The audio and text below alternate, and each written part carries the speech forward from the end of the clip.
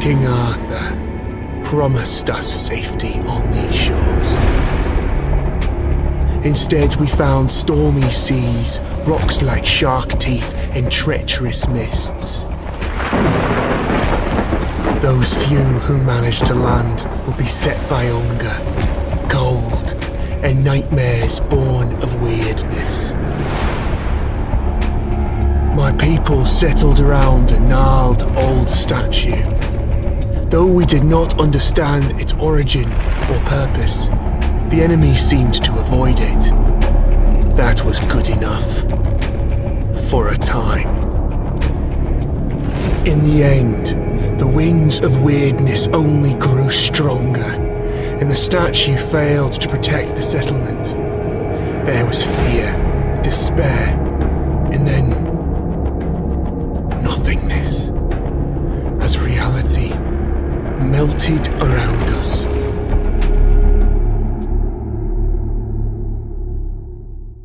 You awake to nothingness. All you can sense is darkness, a dense mass of emptiness so total that even your thoughts disintegrate. Then you hear whistling.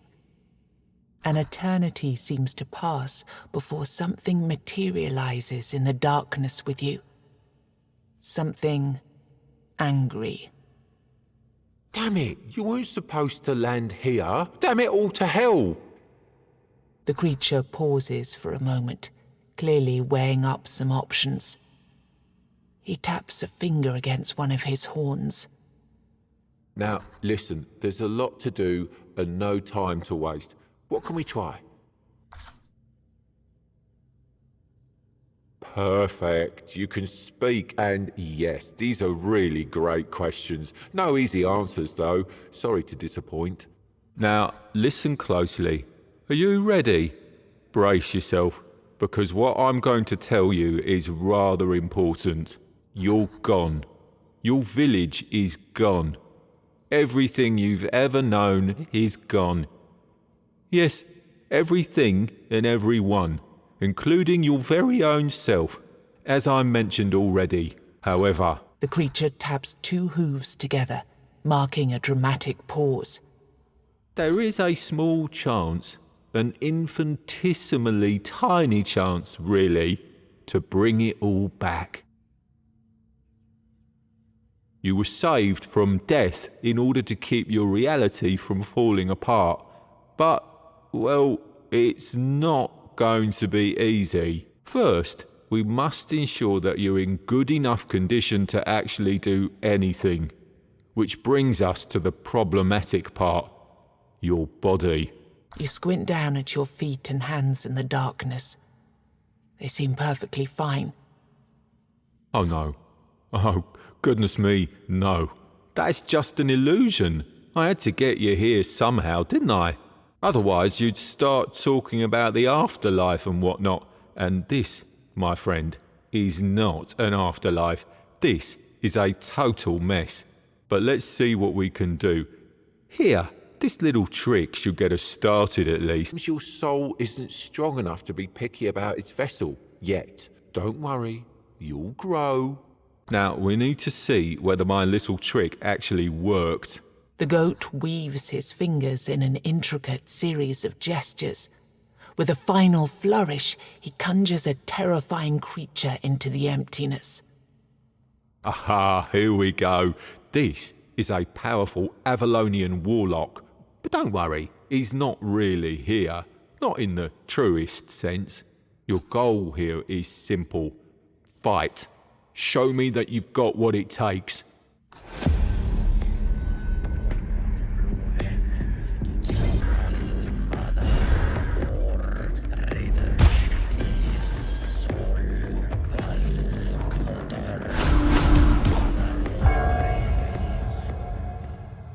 Well, I should have seen that coming.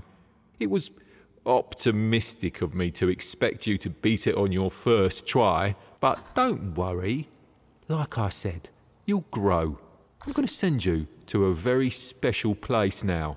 It's a mirror of your reality, located in an endless loop between life and death. You won't die there, but nothing's really alive there either. You'll wake up in a place resembling your own village. You'll find a man there whose task it is to help you on your journey. Your main objective for now will be to push onwards, survive, kill the 4 guardians. Then we'll talk.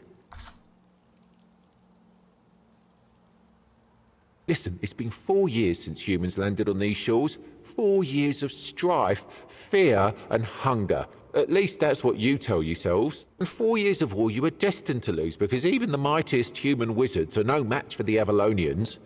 Seeing your expression, it makes an impatient grimace, stepping from one foot to the other. The war you brought here? Well, it wasn't exactly going in your favour.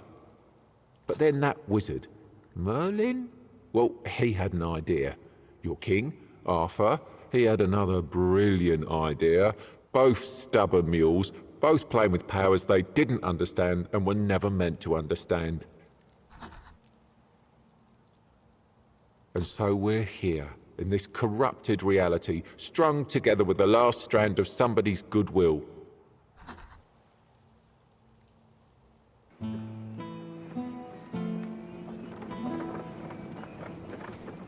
Where your hometown once was, a lone man sits among the remains.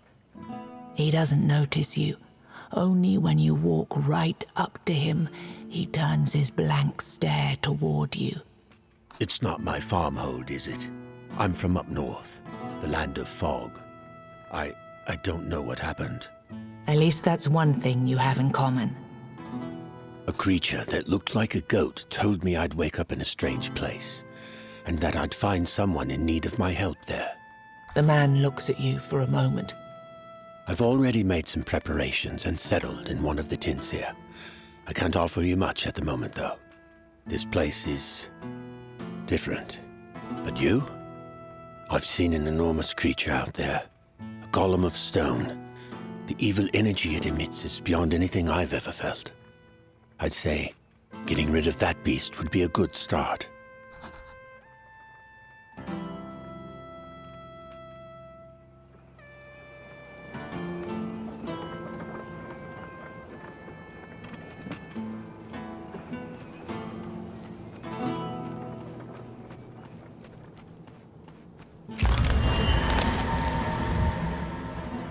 Good. I caught you before you went out, all and you're lonesome. Our mutual friend already told you to slay the stone golem. Perfect. The golem is just a start, though. Even if you do manage to kill it, the further you go, the more dangerous the road will become. And since we're talking roads, you're walking within the weirdness now, and it's dangerous. Take these candles, light them up, and try not to let this damned fog close around you. Got it? Oh, and before you face the golem, look around the area. There's a blacksmith nearby who might be willing to join your village. Finding people like him will be crucial for your survival. Each one will be helpful in a different way. And with that, I'm out. Good luck. A song breaks through the slithering of the weirdness. I have no hope, no home, no gold. Mine is but misty morning cold. Not long afterwards, you come upon a man wearing a blacksmith's apron. Oi, traveller. Want to buy a good anvil? 'Tis all I have, I'm afraid. Me home, you see, went poof. 1 minute there, next minute gone. I found myself here, with this lump of iron for company. I swear to gods it started talking to me not long ago.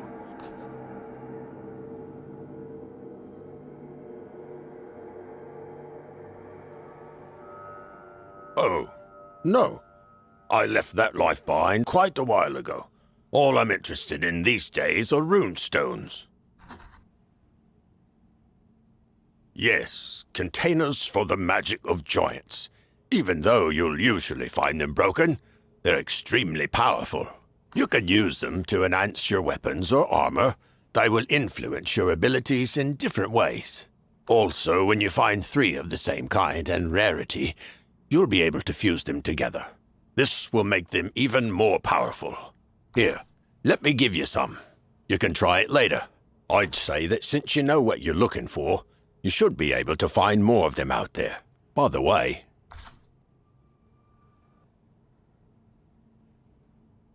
You want me in your village? Well, you must first prove you can take care of yourself. Kill 10 bears and... just fooling, for pity's sake. What would I need 10 bears for? Show me the way.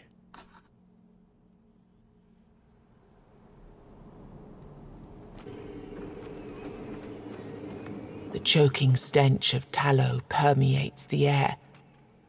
A candlemaker's house stands alone within the weirdness, the inquisitive tendrils held at bay by dozens of flickering weird candles. There are many grisly tales about candlemakers who secretly made their candles out of people they were supposed to protect. Inside, the candlemaker leans heavily on his cast iron mold, barely managing to stay awake.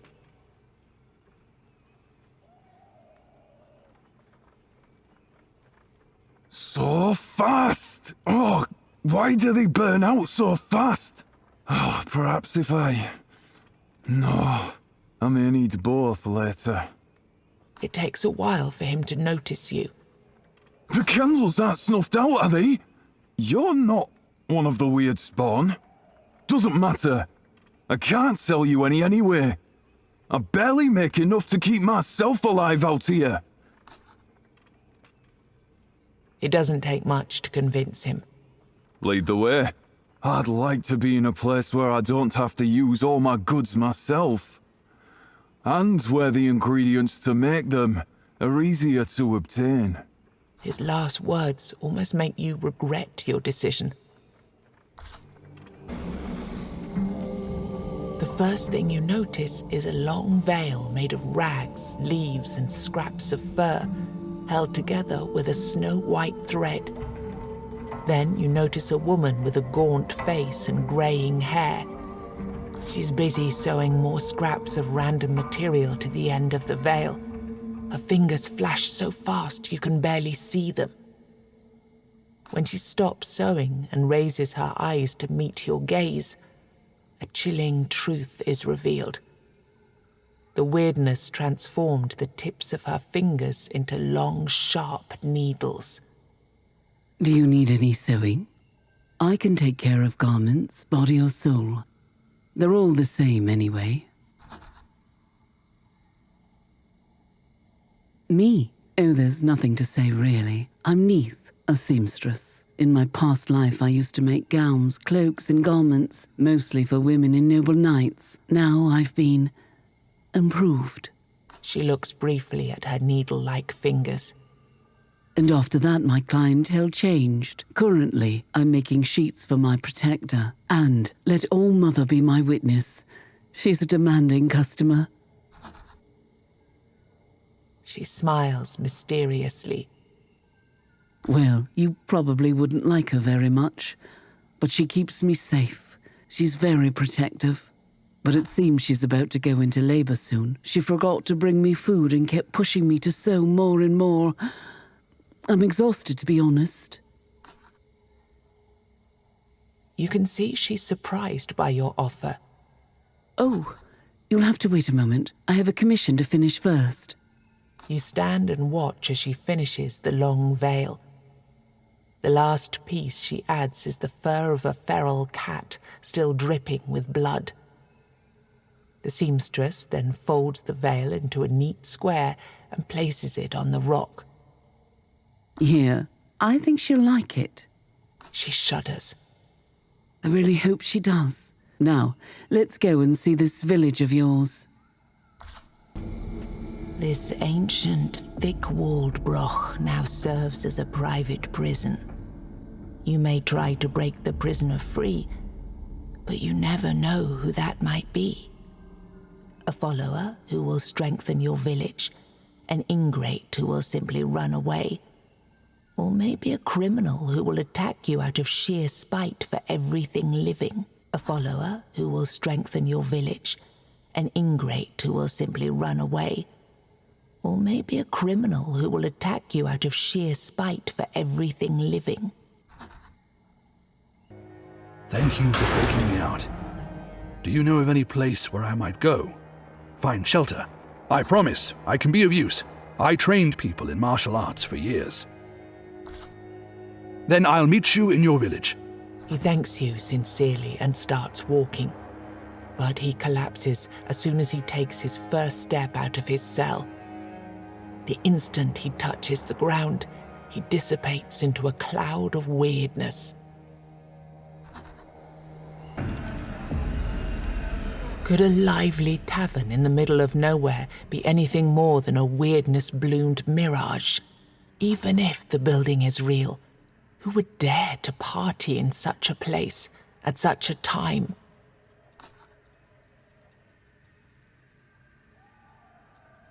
People inside the tavern welcome you to their table and invite you to play with them.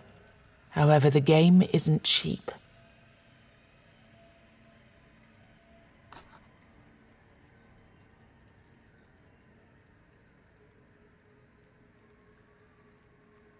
It wasn't a particularly. After leaving your room, you're a bit surprised that everyone's still having the same. There's a man saying the same farewells he said before.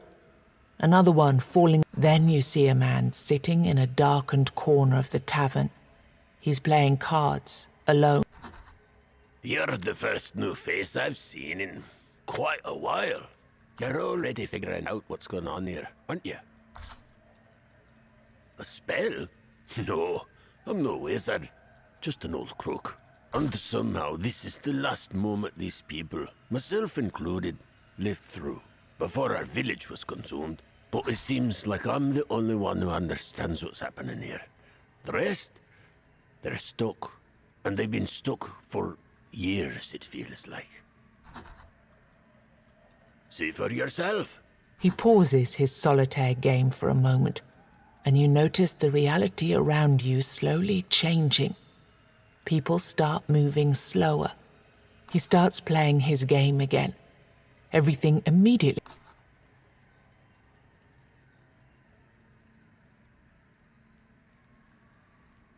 I am, but I can imagine what's going to happen to them when I stop. What I can't imagine, though, is what will happen to me. Tell me, will me friends end up like all those beasts, twisted by the weirdness? Am I going to end up like that? I understand, and I suppose that's more than I can ask for. At least I die knowing that I won't hurt any innocent people after I've turned. Farewell, then. You watch the same scene unfolding again. People losing colour, shrivelling in. The place is empty. As you start walking towards the doors, you hear a voice behind. Look, I need to tell you, I didn't expect that. Before you have a chance to say anything, the ghost continues. No, this feels good. I haven't been this full of energy and life since. But you know what's best? I can see more. One thing I know, for example, is that you have a village you call your own, near a nice, warm inn here, right? And aren't you angry that you don't have someone in there who'd be able to do the things that I can do? If you didn't lie to the goat, we both know things won't end well if you can't contain that anger, No. You enter a small glade, quite unique in the way its grass reflects the surrounding weirdness. You see dozens of jars overflowing with a strange liquid. They're filled with a variety of different monstrous body parts. Then you notice a woman who is taking pieces out of some of the jars and placing them into others. You get really close before she raises her head. Oh, I'm terribly sorry. I didn't notice you approach. She points at her face. You realize that one of the young woman's eyes is made of glass. Glass, a rare material, especially in this world ravaged by war. Sight-related issues. She chuckles nervously and takes an enormous hand out of one of the jars. She starts scratching her head. Welcome to my dominion, the Altar of Knowledge, as I call it, as this is the place where knowledge is born. Many of my potions are still in development, I admit, but I think I could give you a very special potion in exchange for the most valuable component you could provide me with. Gold, of course.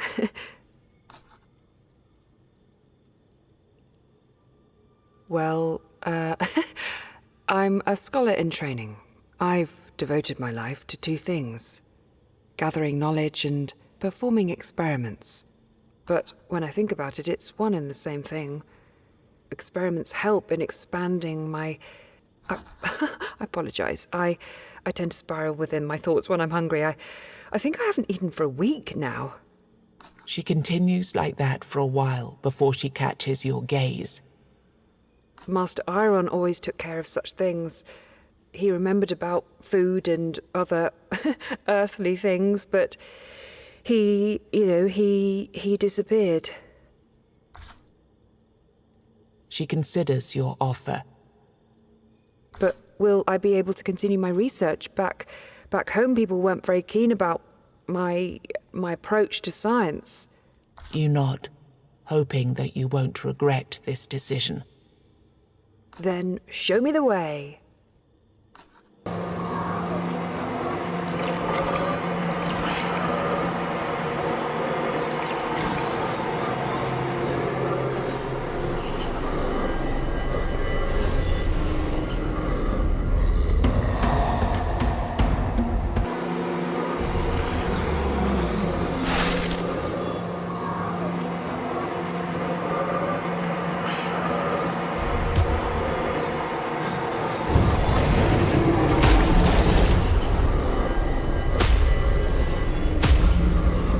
Collapses and shatters into thousands of pieces at your feet.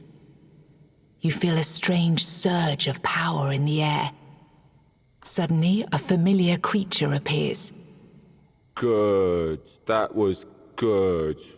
Congratulations. You instantly recognize this voice. It's the goat-legged creature you've met before. You see, the problem with weirdness is that it's an uncontrollable mess. Is there something you want? Really, really want? Snap your fingers. Here you go. There it is, right in front of you. He looks at you, clearly unimpressed by the fact that you even exist. If you're Avalonian, that is. You, people of the homelands, never found out how to control this power.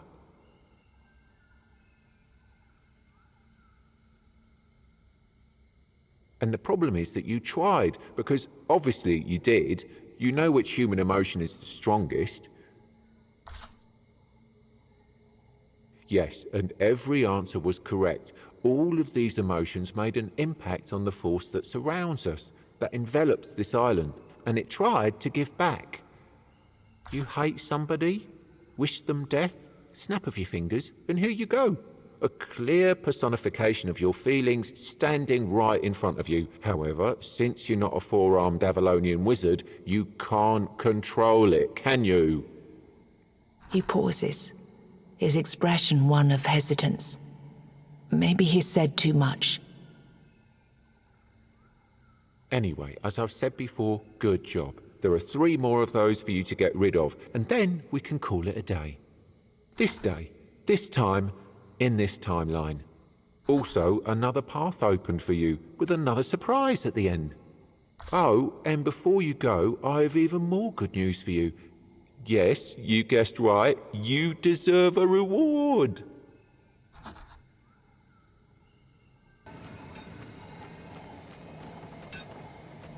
You did it, didn't you? You've slain the beast. I knew I felt something unusual. As if some tremendous power was suddenly released and hit this land like a wave. He nods in admiration. I have to be honest with you, though. I had to make sure you'd be able to survive here. I had to be sure that you're the one I've dreamt of, in the strangest of dreams. He looks through you with his blank stare. but you're sure you've noticed the briefest glimmer of hope in his eyes.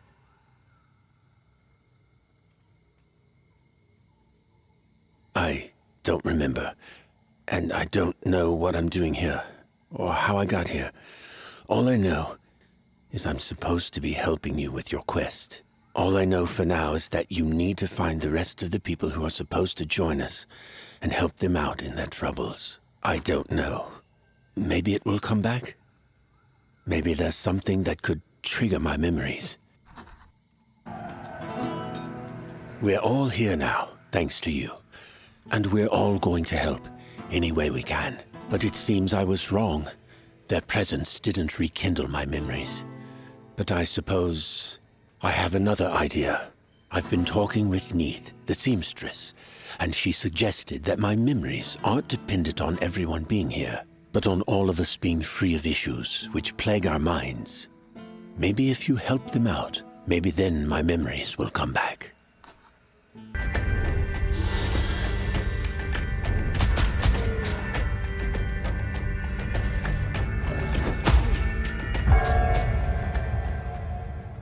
Within the darkness, you hear a familiar voice.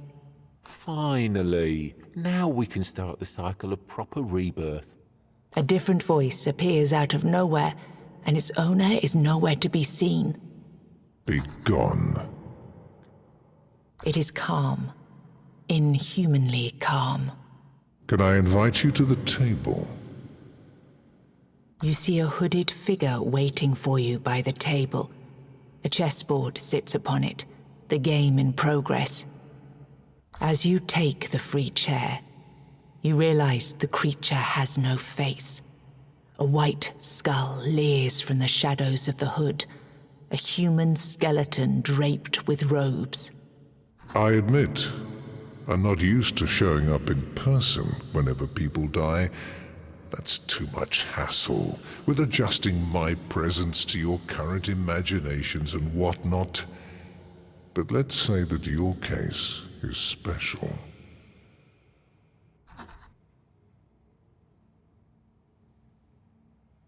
Yes. And yes to that other question, too. You're technically dead, but there are certain things that prevent you from, let's say, being properly gone. Recent events had consequences going beyond the intentions that sparked them. And now we're stuck in this unfortunate predicament because time, as you know it, is irreversibly corrupted.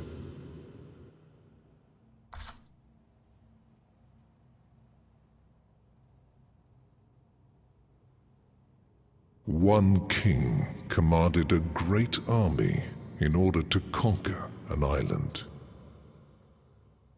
Another king pushed back with an army of his own. One wizard wanted to beat back powers he didn't understand. And the creatures of this island fought against them, using magic that wasn't meant to be used. You realize the pieces have reached a stalemate. The past and the future are happening at the same time. All that you see is an echo of things that already happened or eventually will, presented without inherent sense, without purpose, without any logic. You see 4 figures on the board changing shapes into forms of beasts, and a moment later, they dissolve into dust. You must slay the Guardians and keep slaying them until you reach the source conjuring them out of the weirdness. Their deaths will make you stronger. This will lead you to your destination.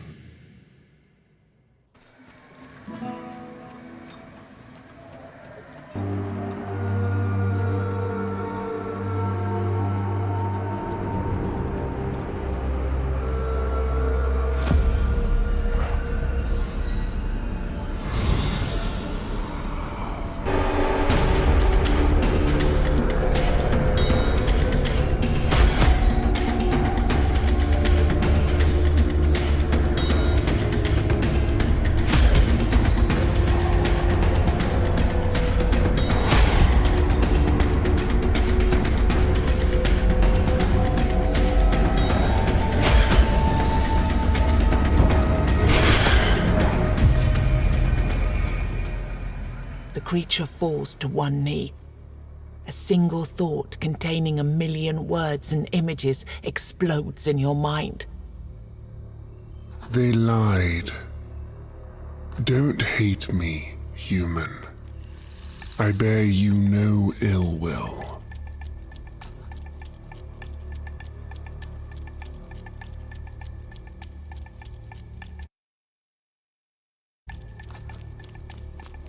Oh, that was brilliant. Really a sight for sore eyes. Finally, something's going according to plan. It's good to see that someone actually stood a chance against him. We might have a shot at surviving this whole crazy ordeal after all.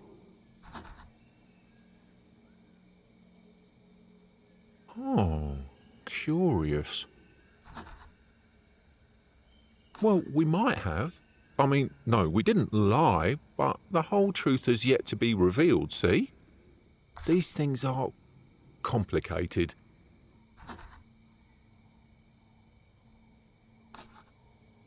Okay, I guess we did promise to tell you more after you were finished with the 4 Guardians. There's a certain reality balancing thing happening here, you see. It's a story of a brave hero. That's you, fighting a monster which threatens the world. Yes, the one you just eliminated, but it's not only human reality that's broken. They, the 4 dwellers, have the same problem you have, and so he's actually living in the same story you are, only in his version, he's the hero. And can you guess who the antagonist is? The point is simple. Your fight is an eternal struggle of good versus evil. Nobody can win, nobody can lose, because that would debalance the narrative, unless one of you is brave and strong enough to get rid of the source of this corruption. I'm going to tell you how to summon the real enemy. From now on, you will be able to collect hearts of the Guardians after killing them. When you get all 3, you have to burn them at the menhir in your village instead of coming to fight this poor boy here. This is the only way. Kill 3 Guardians, take their hearts, and burn the hearts at the menhir. Simple enough, isn't it? Then good luck.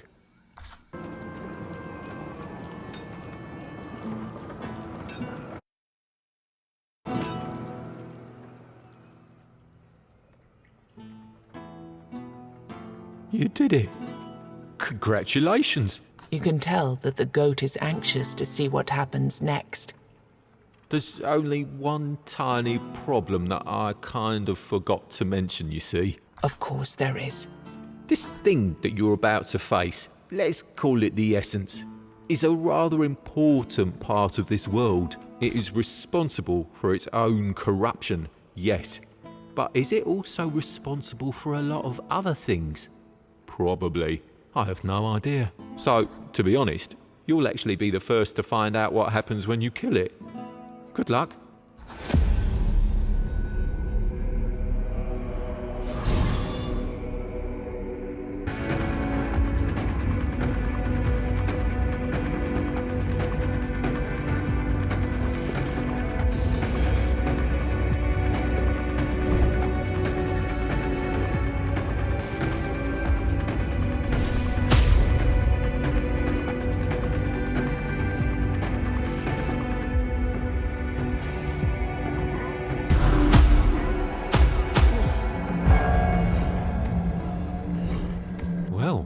That was interesting, at least from the sidelines, although you did receive quite a beating there, but it's doable. I know you'll defeat it eventually. Don't give up.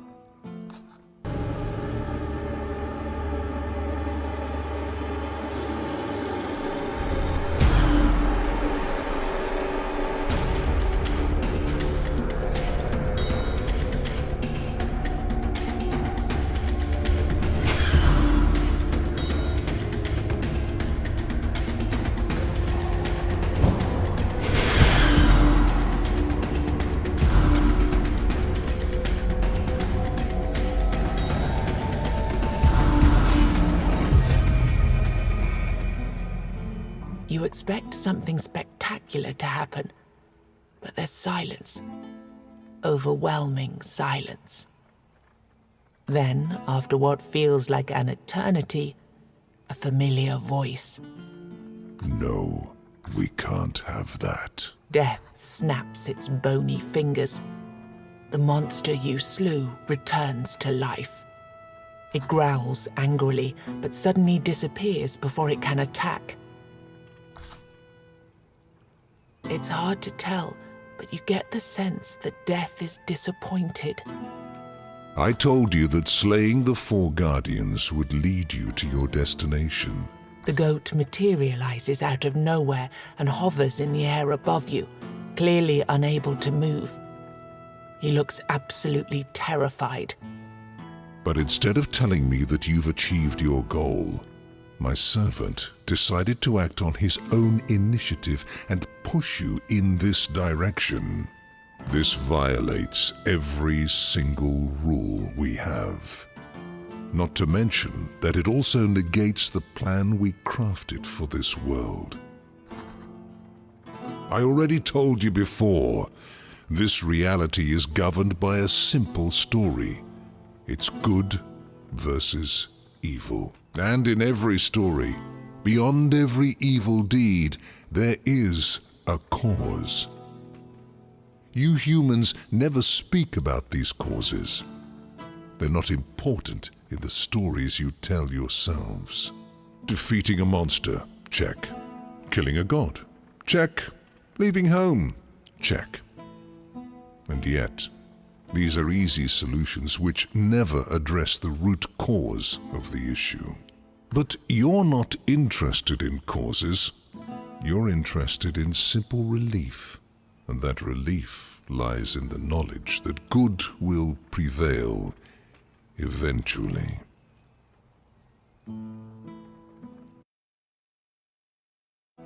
Simple stories have simple causes.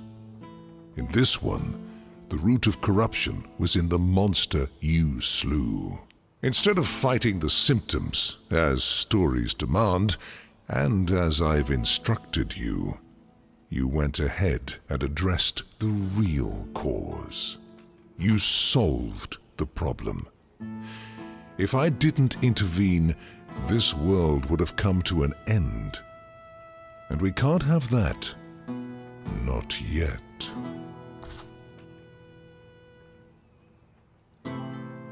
I'm going to change a couple of things in your story. Death looks up to the sky. Perhaps it's thinking about something. After some time, it speaks. From now on, every hero trying to save their reality, just like you, will be able to face this monster. You can keep training with the Avalonian or decide to fight this creature. I'll make sure that you see how you compare with other warriors. But from now on, your main goal will be to free every soul you meet in this reality from corruption. When you've done that, we can talk. As you approach the blacksmith, you hear him angrily mumbling to his anvil. I swear on my name. One day he'll pay. Oh, it doesn't matter. Not at this point. Now I'm here and happy. It's just an old habit of mine. His eyes say otherwise. Something is clearly on his mind. It really doesn't matter. What matters is that you've invited me to your village, and I can now hammer away in peace and safety.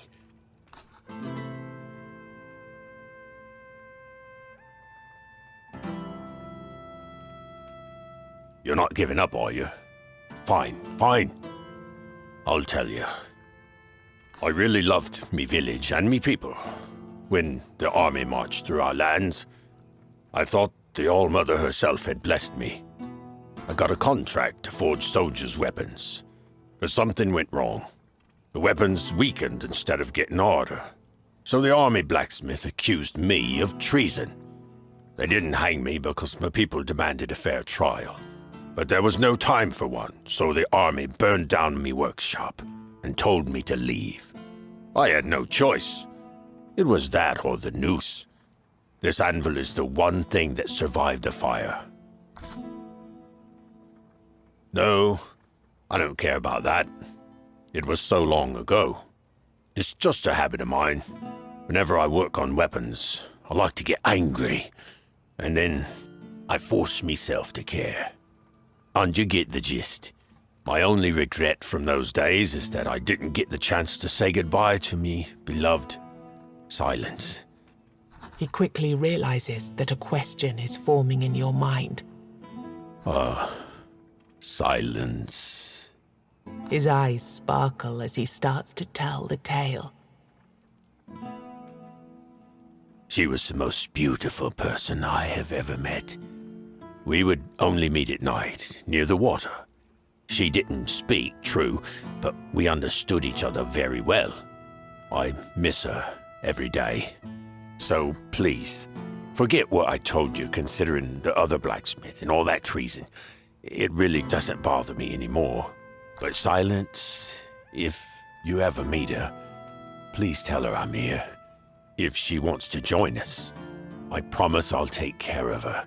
I'd be glad to have someone to talk to besides me anvil. An ethereal creature made of light and fog appears in front of you. It must be Silence, the girl that the blacksmith told you about. As you come closer, the girl becomes aware of your presence. She runs into the nearby bushes, trying to hide from your eyes. You take a few slow steps, but there's no sign of her anywhere. Instead, a snow-white swan flies up into the sky.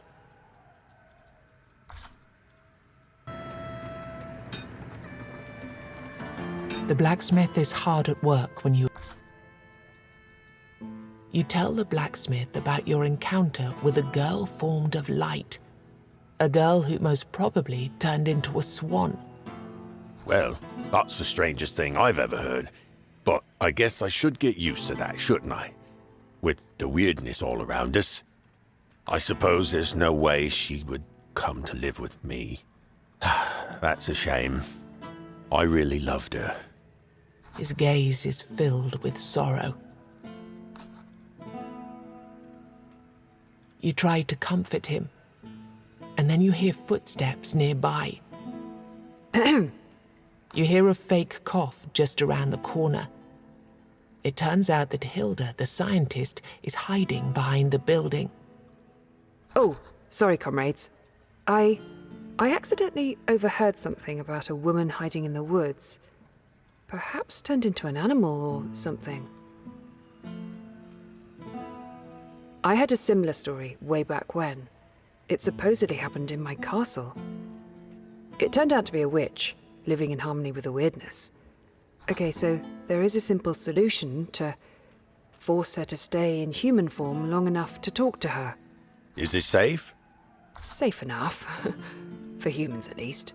Although, if I'm wrong and she's not a witch, well... Please, do whatever it takes to communicate with her. I will owe you. I'm Hilda, by the way. Greetings, Hildy. I'm Wayland. Thank you for your help. They look at each other a little longer than you'd expect them to. Then Hilda turns to you. Come speak with me in a moment. I'll have the potion ready. Hello. I'm finished. I successfully recreated the formula for a potion that should work for our dear Wayland's love. Just splatter it near the place she likes. That should lure her and force her to stay in human form for a while. And when you're done, tell Wayland that he owes me too. I need a new cauldron. My old one's starting to leak, and that's quite dangerous when it comes to stronger potions. You cannot see Silence anywhere nearby. Maybe a potion provided by Hilda could help you to lure her out for a talk? After a moment, a white swan swoops low from the sky and lands in front of you. As soon as its legs touch the ground, it morphs into a human. What's that? Oh no, it's you. Set me free. I warn you, I'm dangerous.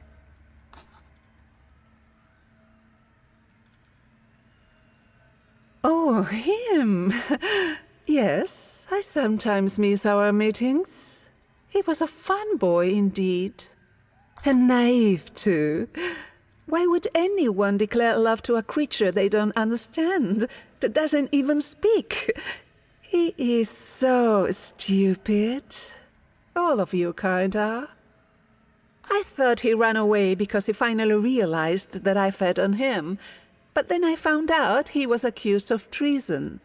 Tell me, did he ever learn that it was the other guy who set him up? So he never realized that the other blacksmith sabotaged his own army? He wasn't a fun boy. He wasn't as gentle as Wayland. But at least I had a good laugh watching their mighty swords breaking like sticks. They were dying, crushed by their own breastplates. Now you tell me my poor, naive Wayland was found and he still misses me? Well, too bad for him. I don't need him anymore. Farewell, stranger. I don't think we'll ever meet again.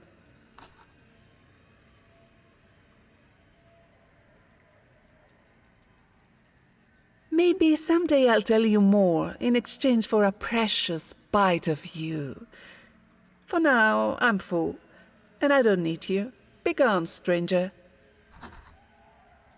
You see Hilda and Wayland in front of the forge, chatting and laughing together. It's all right now. He's come to his senses. Yes, thanks again. To both of you. It's all right now. I can't change the past, but at least I can have hope for the future. You notice a blush on Hilda's face, and you could swear that Wayland's voice cracks a little bit. Okay, I'll leave you to your things. But, Wayland, remember about my cauldron? You'll get it. Tonight. I'll bring it after dusk. She leaves. The blacksmith looks at you with a smile. What can I help you with?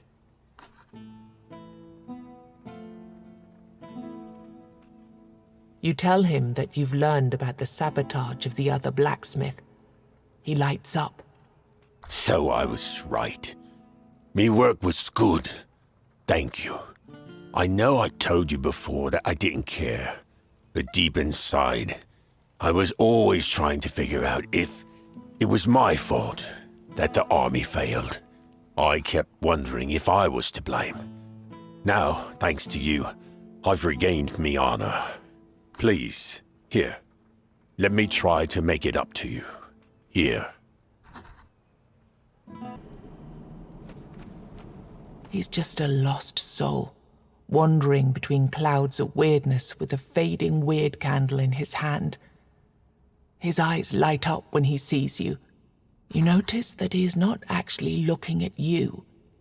He's looking at your candle. Thank gods! Mine's almost out. Do you have more? Please, if you don't help me, I'm done for. I have to find them. They're somewhere.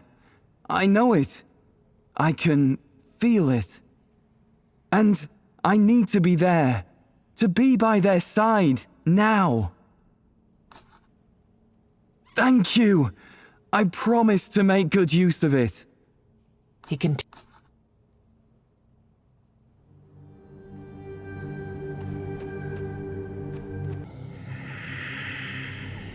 It seems that your gift did indeed help this man to survive. But now the weird candle he got from you is almost extinguished. You again! It's a sign! Gods have sent you to help me with my search.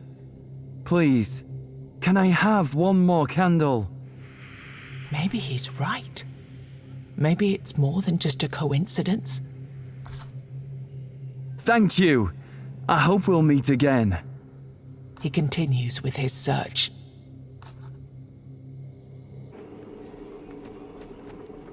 The woman inspects you carefully, her old, tired eyes contradicting her youthful face. Do you know me? Have you shaped me out of the weirdness, or have I just created you? She carries all the equipment you'd expect of a traveling witch, but she speaks in a soft, courtly manner. She also seems to know more about weirdness than you do, and traverses it without a weird candle. I was traveling from the colony to Mangrove Huddle when the storm of weirdness overtook me. I wandered among ghosts and echoes until my feet were sore, until I found you. Colony? Mangrove Huddle? You've never heard of such places. I'm growing more and more certain you're not real. Can you pinch yourself? Do you feel pain? She listens to your invitation with patient condescension. You say you have a menhir. How silly. You can own an item or a piece of rock, but not a being of Weirdstone. I have a better idea. I'll invite you to my village, but first, I'll need proof that you're real. I know there is a man out there wandering with a fading candle. He's desperate for light, yet he doesn't know that there is no light that could guide him back home. First, find him and help him realize this simple truth. And then, when he's broken, guide him to his real destination. She starts rummaging for something in her possessions. Oh, and take this. It might come in handy. Maybe. Someday.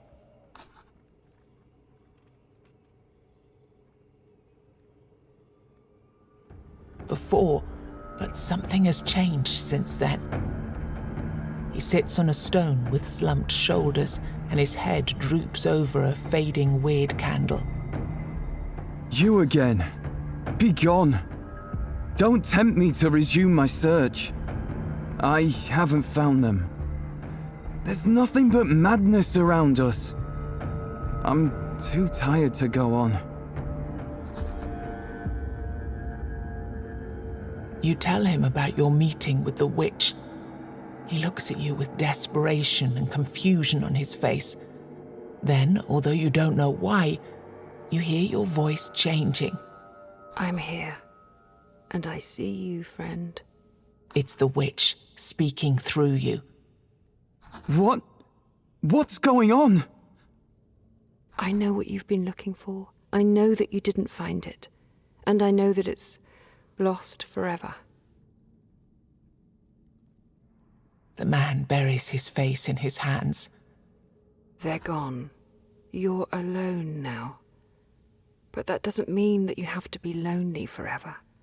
He gazes up at you as if you must be his savior. You have no idea what's happening, much less what to say. You can muster only a few paltry platitudes, sounding a bit like,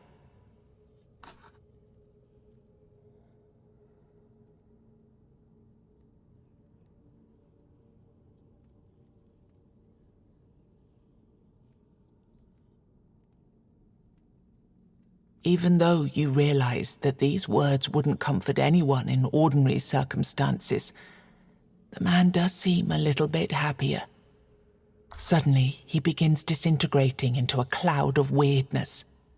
The bottle. Before the witch's voice stops ringing in your ears, you realize you've already taken out the empty bottle she gave you. You've been wandering through the weirdness so long that it doesn't even surprise you when the cloud of smoke flows into the bottle. Now get back to me.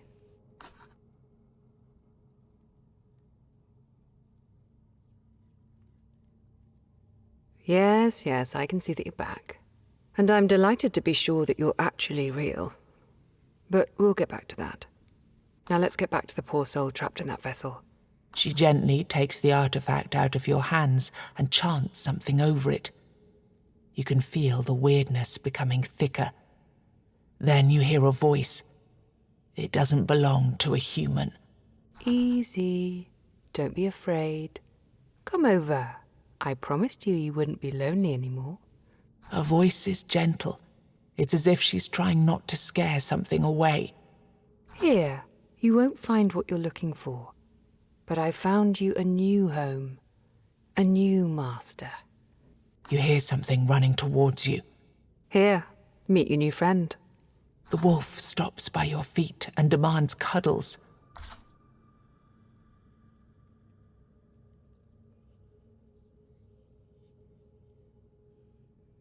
The man you met wasn't a man. He was a purpose. Some time ago, he might have been a wolf, or a dog, or anything else. But weirdness gave a different shape to his desire. His desire was simple: to find the family he belonged to. And now that he's found a new family, he's finally back to a more suitable self. Congratulations, you saved a soul. But this is my time to leave. Find me again and we'll talk about visiting the village. You see? I remembered.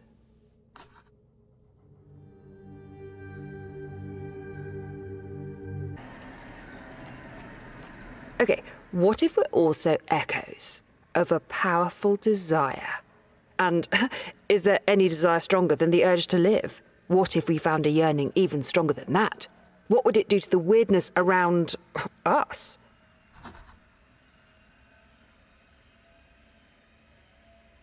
Yes. Go find my village. Meet the people there. See if you can think of anything that could ease their pain. Yeah, I mean, I'm sure you'll know the village once you see it with your own eyes. I can't pinpoint the exact direction since it's buried deep within the weirdness.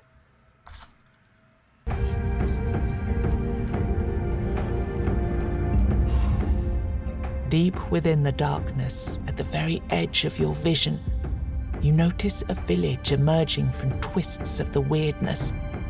At times like this, you certainly wish you had a lit weird candle.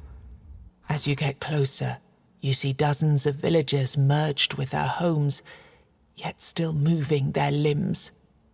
They're desperately trying to reach anything that could help them to drag their bodies out of the walls.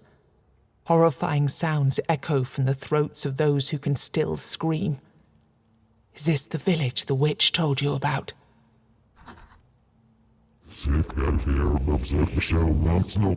It's the voice of an elderly man. He clearly cannot see you, for he has no eyes. His intestines hang loose from his severed belly and merge with the weird weeds reaching up from the ground. You try to speak to him, but he seems completely unaware of your presence.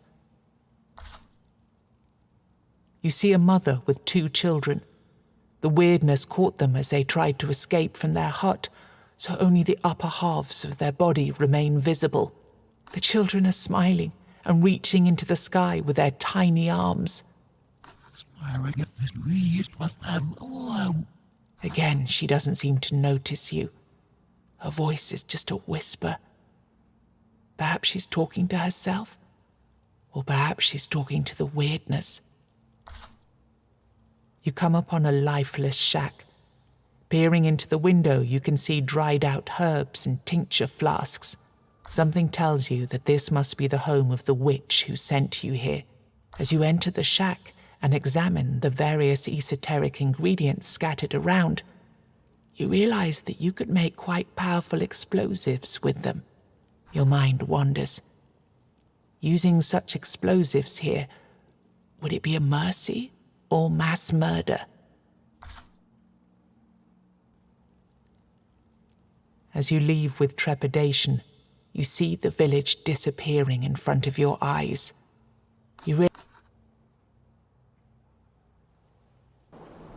Okay, what if we're also echoes of a powerful desire? And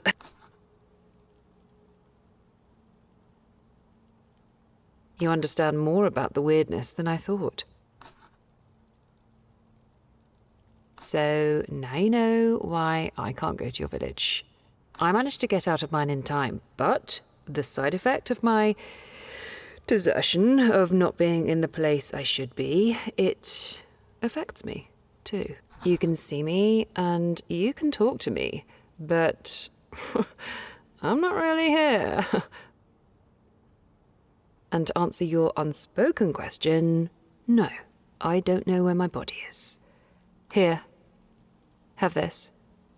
Now you know that there's nothing you can do to help us, but I can help you to spread the light and keep away the horrors of the weirdness. It's time for me for now, so who knows? Maybe we'll meet again someday. Safe travels!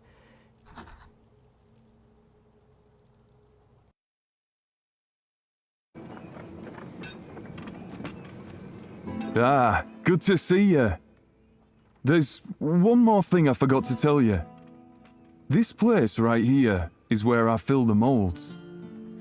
You're welcome to come by here at any time. But over there... The candlemaker points to a greasy, thick curtain shrouding the deeper parts of the house. That's where the secret part of the process takes place. Do not go in there. Understand? Never. Under any circumstances.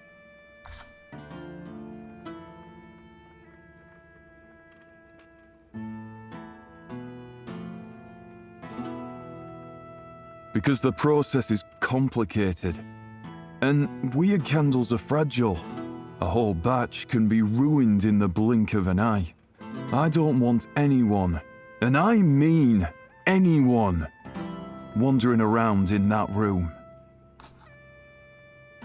I know where you're going with this question.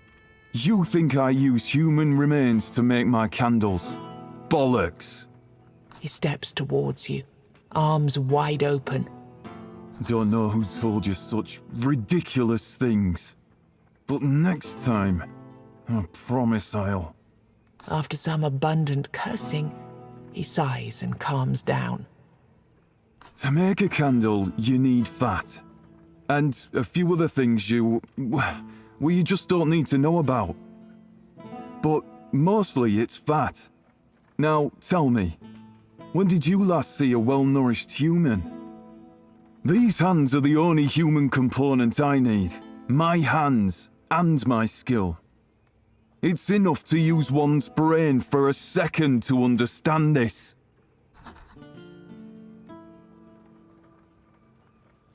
I might as well tell you a bit. The other room is full of things that no sane human should witness. Remains of weird spawn aren't a pretty sight, let me tell you. But there's enough fat in them for decent candles. Also, their blood is contaminated by... Well, you'd have to ask the druids about that. You know what? Prove that you treat my craft seriously. Then we'll talk.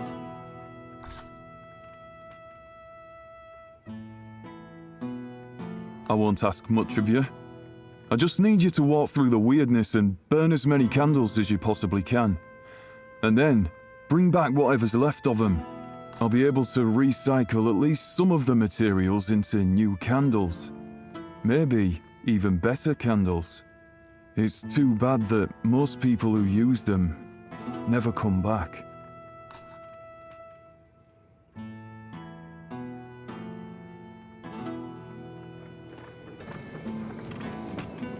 Ah, good to see you. Need a candle or two? Thank you for working for the greater good and our mutual benefit. This proves to me that you deserve to hear things that others simply wouldn't understand. The name's Luke, and I'm really glad to be here. I led a peaceful life making candles for hunters and regular townsfolk. Never charged much, never had any complaints. That is, until the mayor realized that he was helpless against the threat of the weirdness. My craft, however, made me indispensable, so he made me disposable. He turned the villagers against me. All it took was a rumor that the candles are made out of those who went missing in the weirdness. And that was enough for the mob to come baying at my door. Luckily enough, A group of performers came by, and they let me leave with them. They realized that my ability to make weird candles would be very useful on the road. But you know where you found me. In a ruined house, deep in the woods. How do you think I wound up there?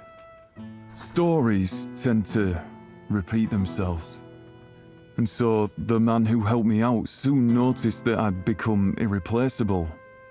So, just like the mayor, he cast me away.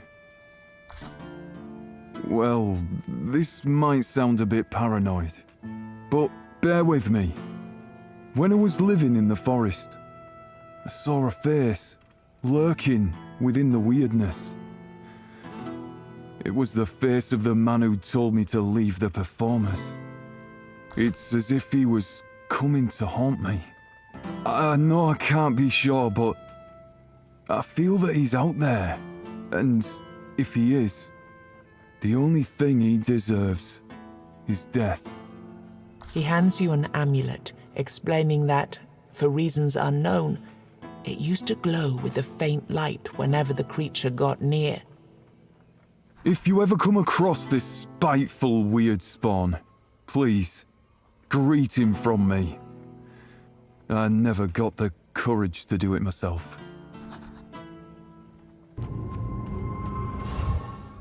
As you walk through the dense clouds of the weirdness, the amulet the Luch gave you lights up. Something wicked emerges out of the dark. It looks and moves like a living mountain, and its enormous abdomen obscures your field of vision. It takes you a moment to realize what you're looking at. Your eyes are drawn to dozens of limbs stretching out of an enormous belly, arms gyrating wildly, as if those eaten alive were trying to escape their gruesome fate. The monster growls.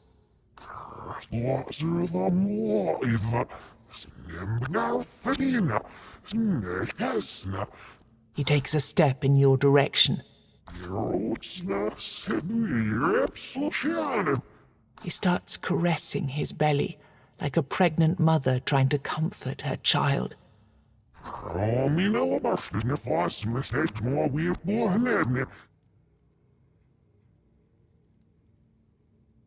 The monster gets closer and closer.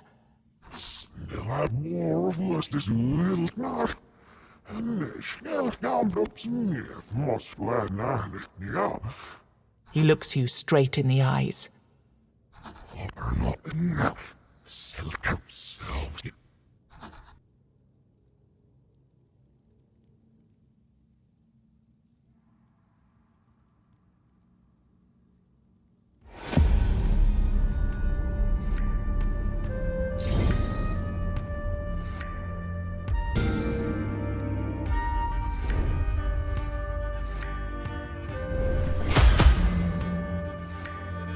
After the battle, to your surprise, the monster doesn't die. Somehow he just vanishes within the weirdness. Then you notice a ray of light streaming up from the ground. Investigating, you find a beautifully ornamented pin. It clearly belonged to someone quite wealthy. There's a chance that the candlemaker will know something about it. Ah, good to see you. Need a candle or two? You tell the candlemaker everything about your encounter with the monster he was so afraid of. He ate his people in order to protect them. That's unbelievable. Greedy bastard. You see, he knew they'd be safer with me. But the only things he cared about were his own pride and influence. You show Luch the pin you found on the ground after fighting the monster. You see sadness welling up in his eyes. I'd recognize this pin anywhere. It belonged to Min, one of the best singers I ever heard. He ran away from home. A young sire, now a disgrace to his royal family. It's sad that he ended up like that. But there's something about this pin. Give me a moment. He disappears for a while. When he appears again, he has a disturbing smile on his face. You did well. And I have an idea for how to avenge the life of this man, and the lives of all my friends. The monster must carry at least one more thing with him. I don't know what it is, or who it belonged to, but we weren't a big group. Bring me that second item, and I think I'll be able to surprise you. In a good way.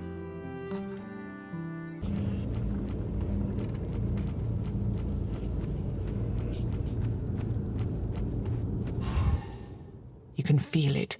The Candlemaker's nightmare is going to appear again. And indeed, you see the enormous body slowly materializing out of the weirdness.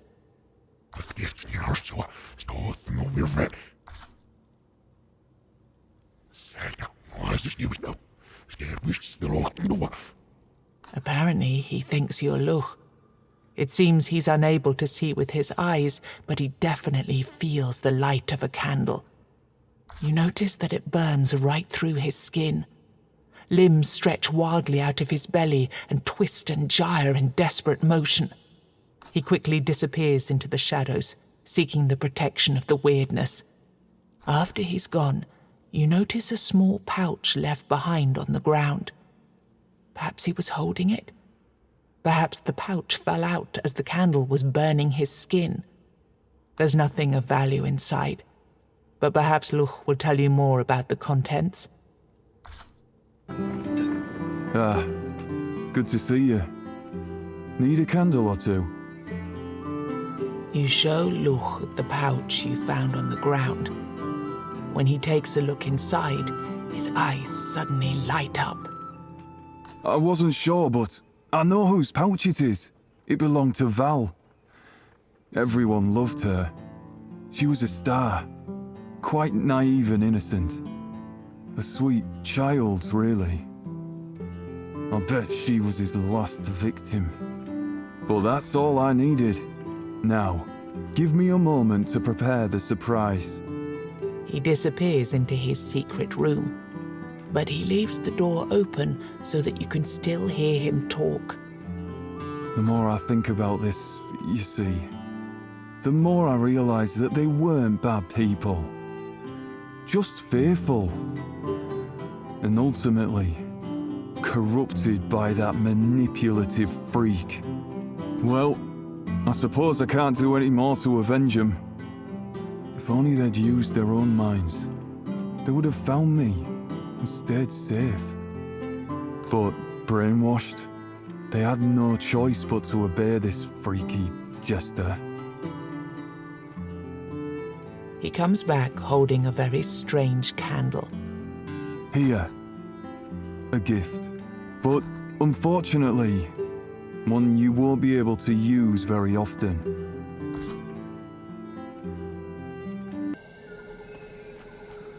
You find an elderly archer sitting near a small fire.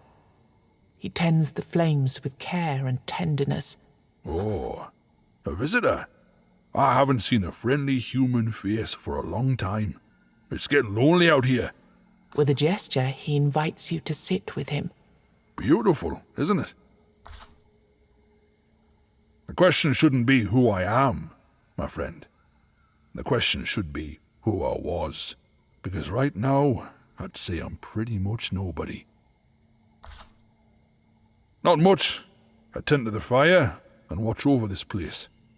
Since I failed to fulfill my task, I need to sit here and watch the fire.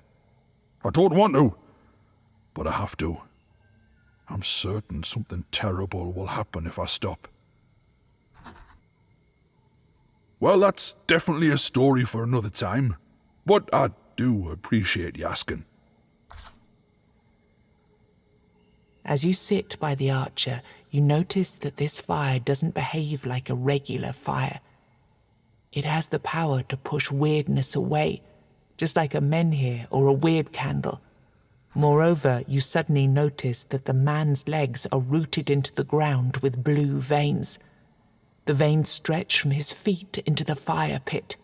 You form a question in your mind, but when you look into the man's eyes, you realize there's no point in asking it. His gaze is absent, and his movements are barely noticeable.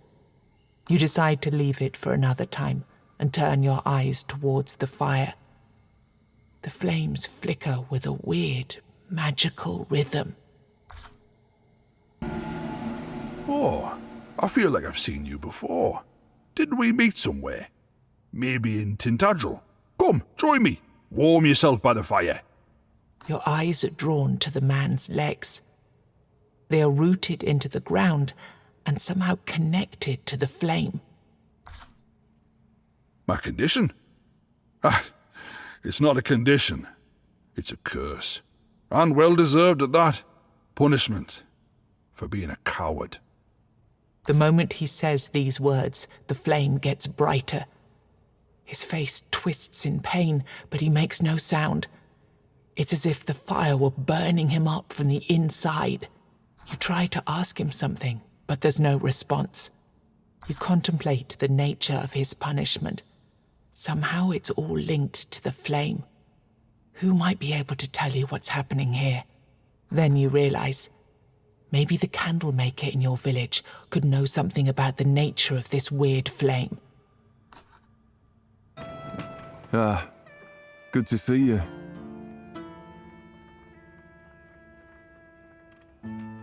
You tell him about the man you met. You describe the older man whose legs emerged with the fire. He listens to your description in silence. That sounds interesting. Very interesting. He disappears for a while into his secret room. When he returns, he says, If this man is the source of the fire's unique, menhir-like powers, that would turn all of my knowledge upside down. A man-powered weird candle.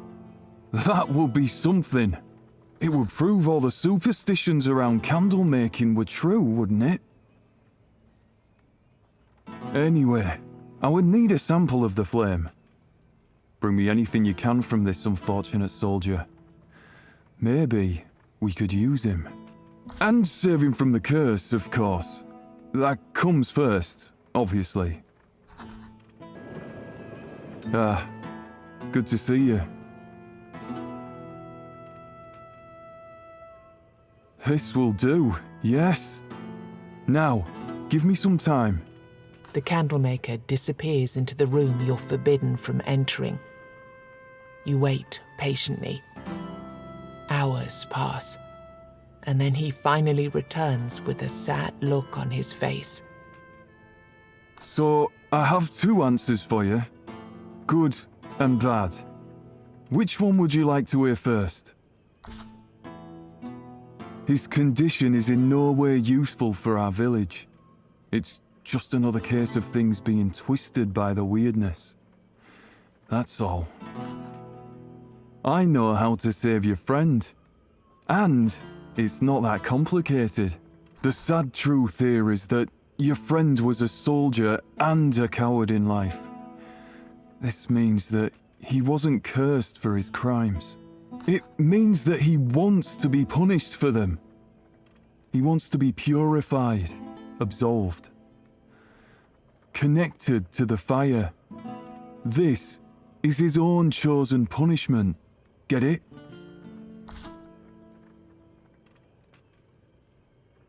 There's nothing unusual about the fire you brought here. Whatever's happening is just another trick of the weirdness. Nobody said the wishes must always be good. He wanted to be punished so much that, eventually, the weirdness must have granted his wish. He felt the need to be punished. So now the fire will consume him for all eternity. See, it's all in his head. He can get up as soon as he really wants to. When he forgives himself. It's as simple as that. And yet, It's not that simple at all.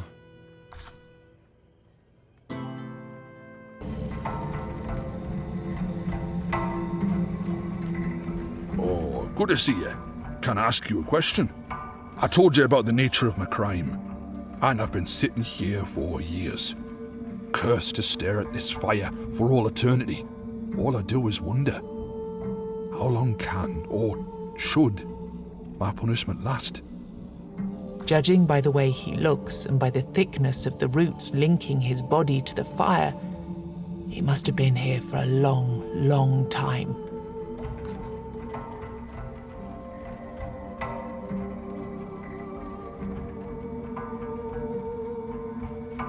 Thank you. That means a lot to me. To be honest, at this point, I don't even care if I live or die. All I want is to finally move my limbs. One last time. He looks at you as if he suddenly remembered something. Did you have any luck with that sample you took by any chance? Did your friends find any way to help me?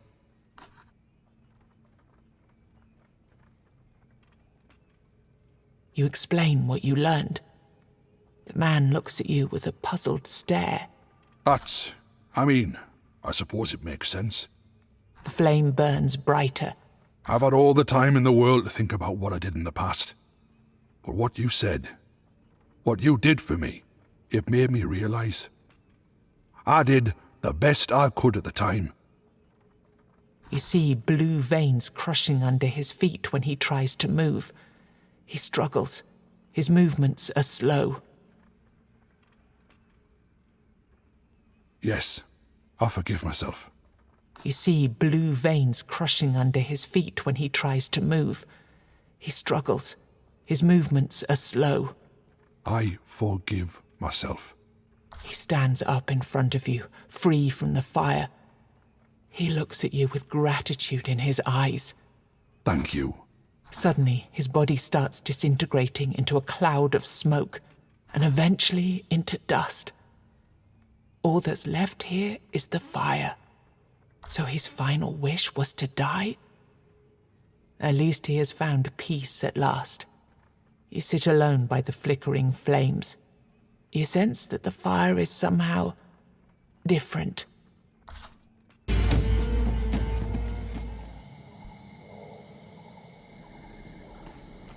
Wandering around, you notice that the plants on the ground around you are more like muscle tissue than typical vegetation.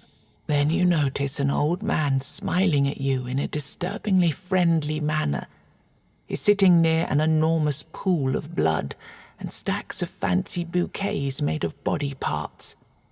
Hands, hearts, testicles, arms, all held together by an unknown power, form the shape of a sunflower.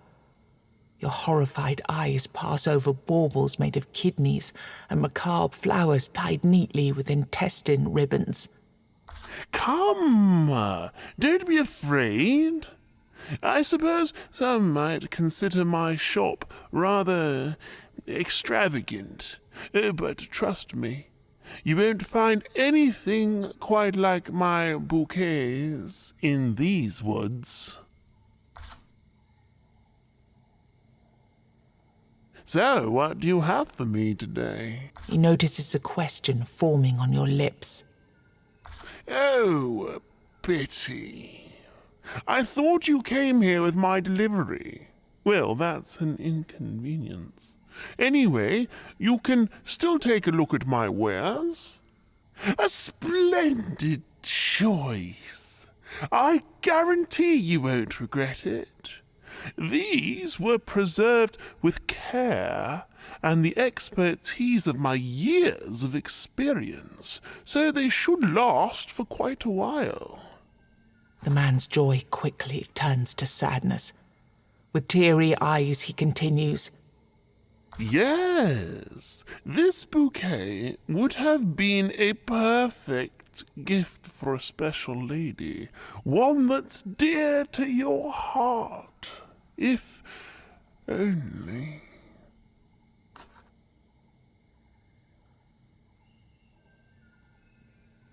He sobs for a while, Then, with a shaky voice, he explains, Bouquets have a purpose.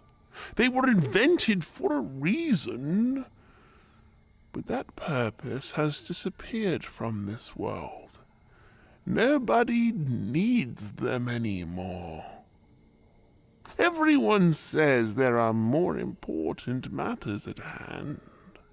We just don't live in the right times for vanity and joy. And that's what bouquets are all about. Right? He tries to collect himself. But I won't give up. I need to believe that all is not lost. And I do have a favor to ask of you.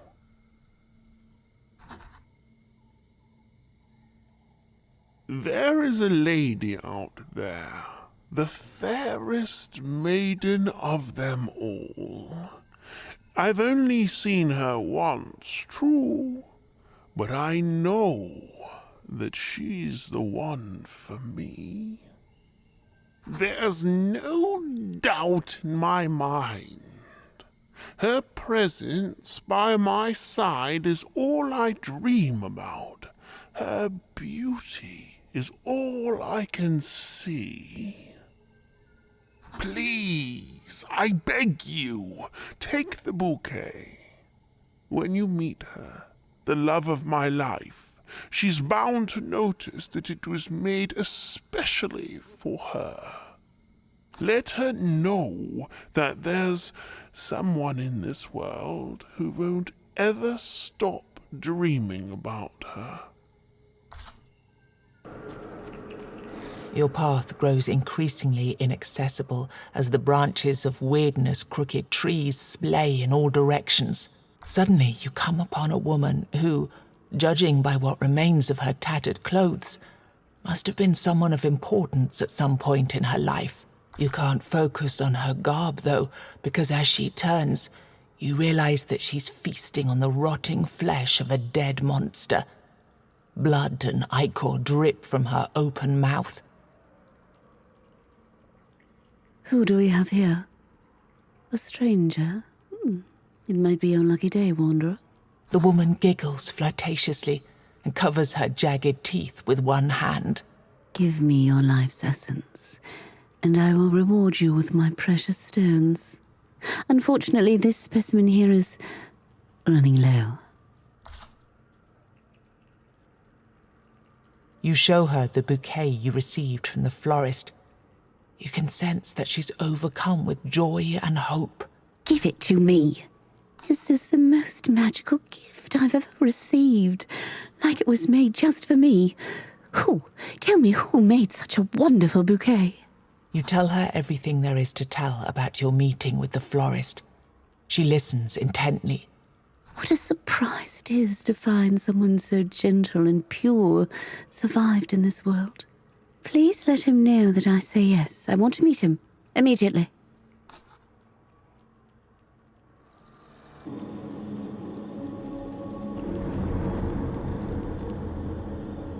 The old man is hard at work on a new design.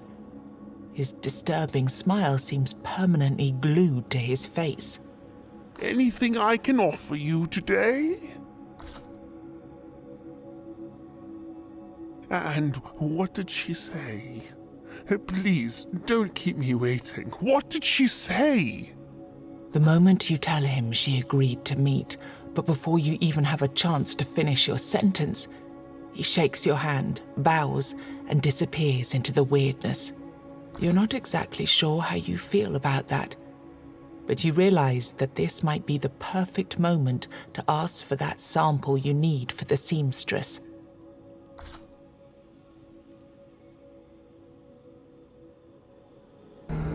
The sound of clattering rocks disturbs the ubiquitous silence. Approaching the end of a path, you come upon a child playing with some oddly shaped stones. I'm Futhark. I'm waiting here for my mother. She's been gone for a while now. Or maybe she's going to leave soon? I have a lot of these stones, and while I wait, I play. Do you want some stones so you can play while you wait too? Hello, noble knight. For a moment, I thought you might be my mother, finally returning. Silly me. I haven't seen her for a while, but that's okay. I have my stones. Do you want some? You see a glade that was once a battlefield. Whitened bones and rusted shards of armor litter the ground, creating a peculiar mosaic. Suddenly you hear a woman's voice. Her patter is full of longing and hope, yet she seems to be talking to something she's just picked up from the ground. Is that you? You're so beautiful. No, it's not you. Busy with whatever she's doing, she doesn't even notice your presence. The moment you move towards her, she emits a horrible shriek. Don't come any closer. And don't look at me, stranger. Don't you dare look at me. And finally you see her, the crooked silhouette of an old woman clad in herbalist robes.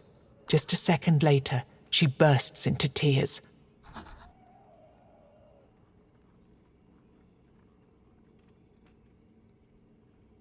Her sobbing grows louder. Guess how old I am. A sweet liar you are, traveler. I know how I look. And I look much, much older than that. But I appreciate the lie. I'm trying to find a runestone that I lost. It was a gift. You know it's bad luck to lose a gift. And in the meantime, I'm doing what I've always done. Scavenging. Although a couple of years ago, I might have tried to find a prettier word to describe looting battlefields. She looks at you with a hopeful stare. Any chance you'd share your runestones with me, traveler? The woman grows more and more desperate. She looks at you with sadness in her eyes. You won't give up with these questions, will you, stranger? A few years ago, I found a little boy wandering around one of the battlefields. He was so tiny, so adorable. I treated him like a son, but he... She covers her face with one ragged sleeve.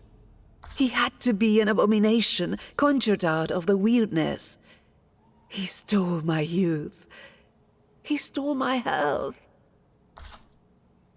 He didn't change. After 5 years, he should have been 12.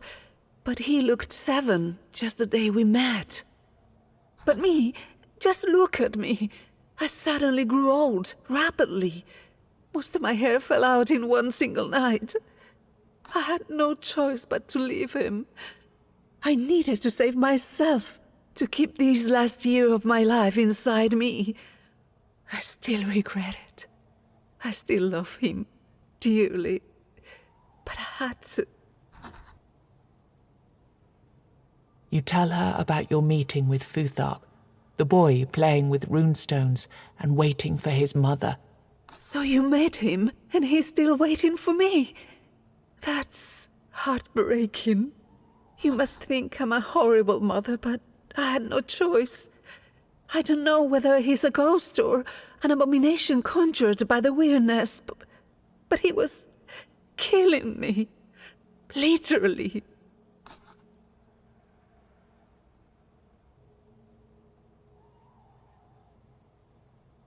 If I could be cured, or if this disease could at least slow down. I miss him so much. I think of nothing else, and I just wish I could take care of him again. Sometimes I think the stones might be magical. See these markings? I don't know what they are, but when they glow, they look so pretty.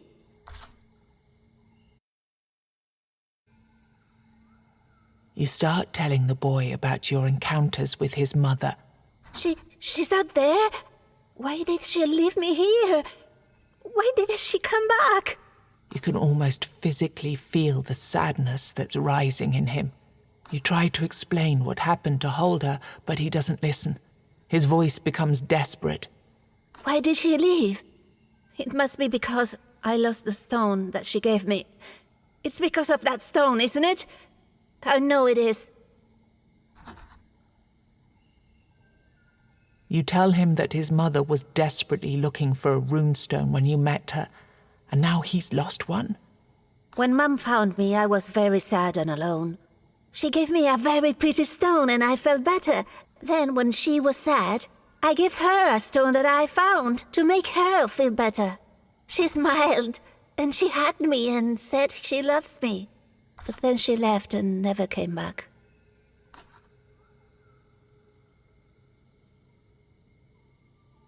I just made a mistake. I was so hungry. I had some nuts in my pocket and I ate them.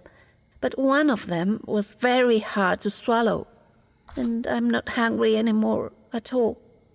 You wonder how it's even possible that he ate a magical runestone and survived.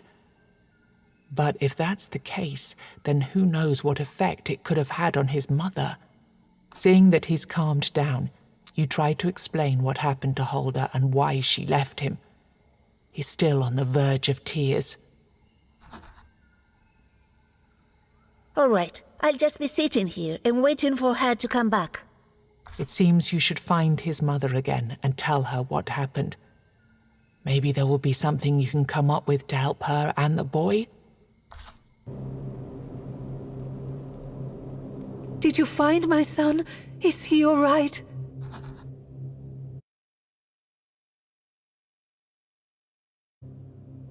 You tell her what you've learned from her son.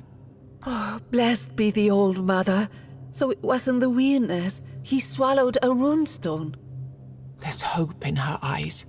So that means we can be together again? There is a way? But wait, if it's still inside him, that means the rune... Is it even possible to remove it without harming the boy? You tell her that you're going to see whether the blacksmith in your village knows more about her son's condition. Thank you. You bring me hope that I might finally reunite with my son.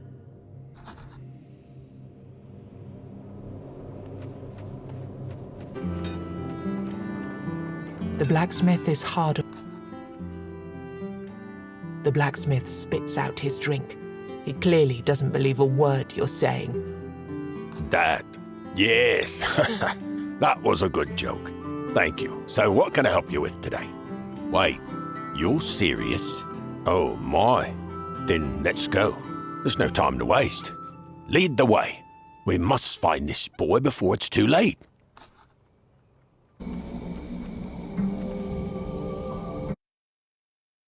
Is this the boy you told me about?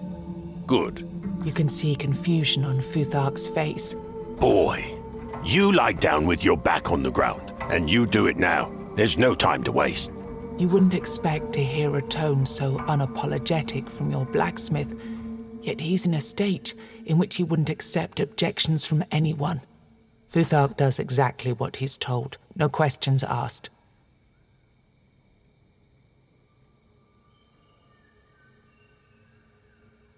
The blacksmith takes out a rag and a bottle. Now, boy, we're going to take this stone out of your belly. You understand me? It's painful, but we don't want that, do we? So hold this cloth close to your mouth. Take a good, long breath. This will make the pain go away. Futhark does as he's told and instantly falls into a deep sleep. All right. Now I can cut him open and take out the damn stone. Don't look. It's not for the faint of heart. You try not to look. Moments pass and you can hear the blacksmith's constant curses. Then, after an eternity or two, he falls silent. I'm done. He should wake up soon. Except for the pain, he should be all right. But, here, just take a look at this magnificent thing. He holds up a runestone you've never seen before. It shines with the weirdest of colors. What should we do with it,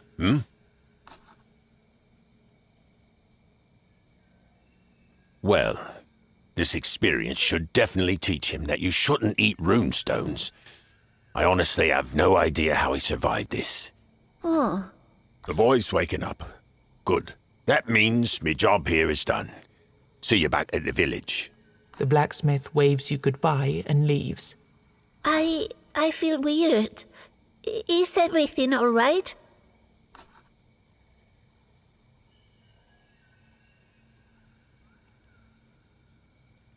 The boy takes the runestone into his hand and looks at it with curiosity. He clearly wants to say something, but before he has a chance to do so, you hear a voice. There you are. It's Hulda. She's trying to get to you, but her unnaturally old body doesn't comply with her will. Mom! You watch them hug. You hear Hulda apologizing to her son, and you hear him apologizing in return. Their reunion takes a while, yet somehow you're unable to just leave.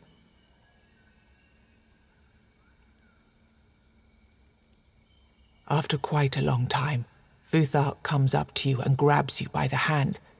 He leads you to his mother. Thank you for this.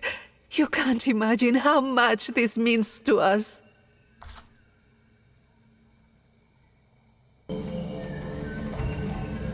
are old customs that protect the traveling priests of the All-Mother. Before you have a chance to ask her for anything,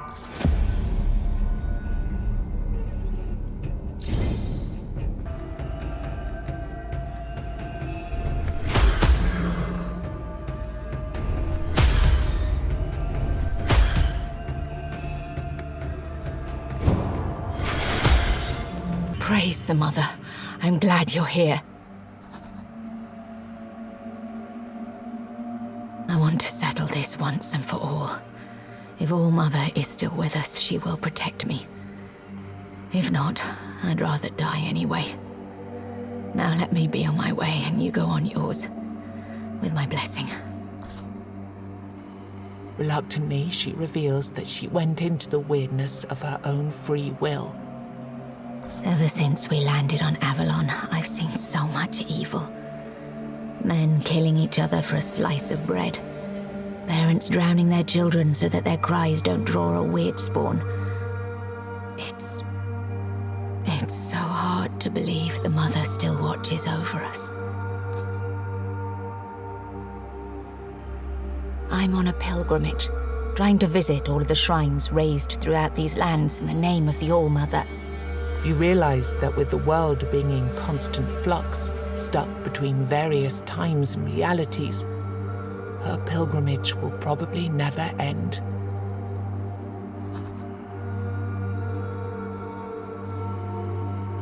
You tell her that since your journey will take you to various places anyway, you might as well help out. You can see that she's exhausted but grateful.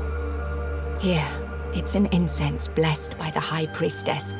Use it to perform a ritual at all of the All-Mother's altars you can find, and hope that, in time, we'll be able to purify and shield them from corruption.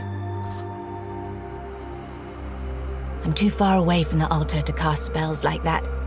I can give you some potions or teach you a certain technique, though. It's your choice. The shrine has faint.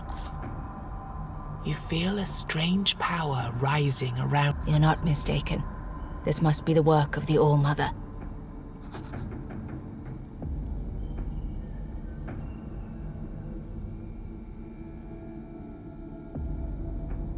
I just couldn't keep my end of the bargain. There's no strength left in me to continue this journey. She sighs and lets go of her walking stick, and instantly collapses to the ground. Thank you. I needed to hear that. I've been on this journey for a long, long time. The more altars I prayed at, the more pointless it all felt. I can't cure this land. I can't save these altars. And even if I was doing the right thing, was it a good thing? When I almost destroyed myself in the process? Would the All-Mother want her priestess to pray in that way? Before you have a chance to react, she evaporates into a wisp of light and disappears into the weirdness.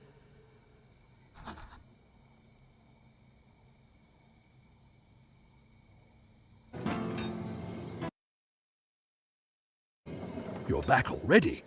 Go and train. You should practice. 40 hours a day, at least. There's nothing to talk about, really. Prisons are built to lock bad people up, so I must have been one of them. Back then. Why are you so interested in my past? Well, you gave me back my freedom. I suppose that I owe you a story in addition to my services. I was a commander of Lord Warwick's private army. Served under his damned 8 stars on a burgundy background flag.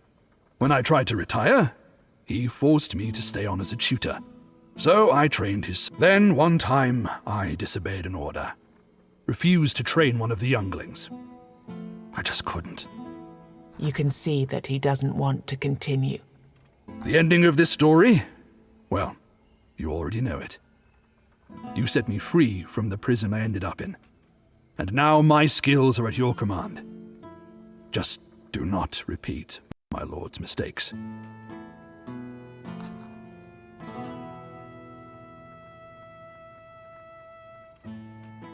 Don't be stubborn. Observe what's going on around you. Then you should be fine. I shall speak no more. I have my honor to protect. Well, that's all I have left of my former life. You notice a man hiding behind the bushes by the road. He's dressed like a nobleman's squire, but his armor is crushed and dented in many places. Rage and despair battle in his bloodshot eyes as he fixes his gaze upon you. As you get closer, he shrieks, "You cannot have them! Hear me, stranger! I won't give them to—" Immediately, your eyes are drawn. He shouts something at you while sidling backwards. Leave me alone!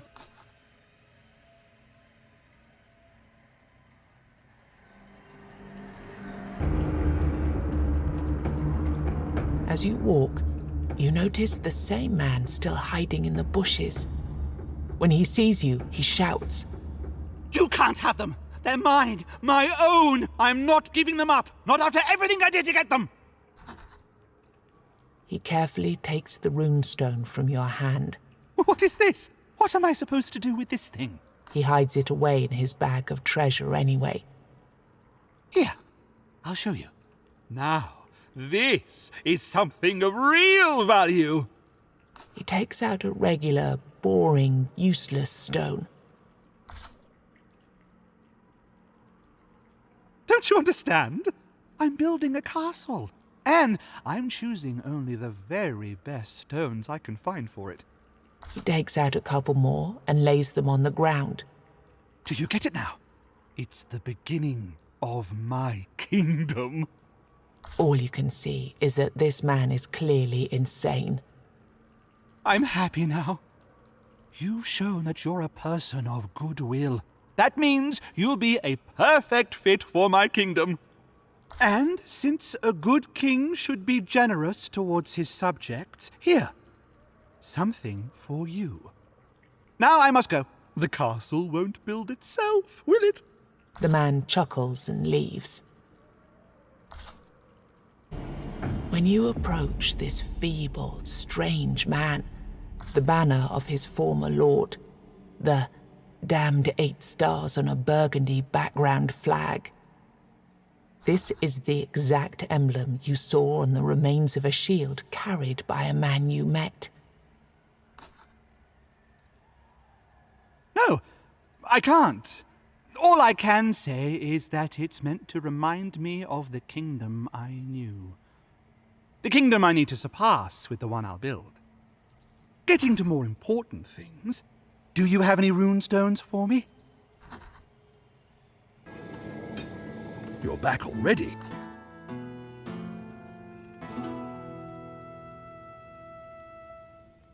You tell him about the man you encountered during your travels in the weirdness. You mention that he's collecting stones to build his kingdom while still wearing the coat of arms of Lord Warwick. How is it possible that so many good people die, but the scum always survive?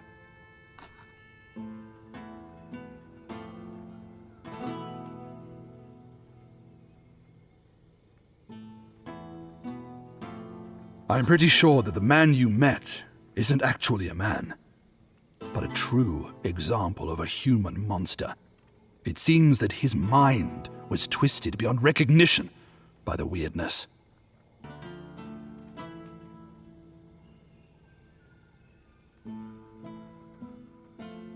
You see, Lord Warwick had a son, and I refused to train him because I saw how he treated the other soldiers.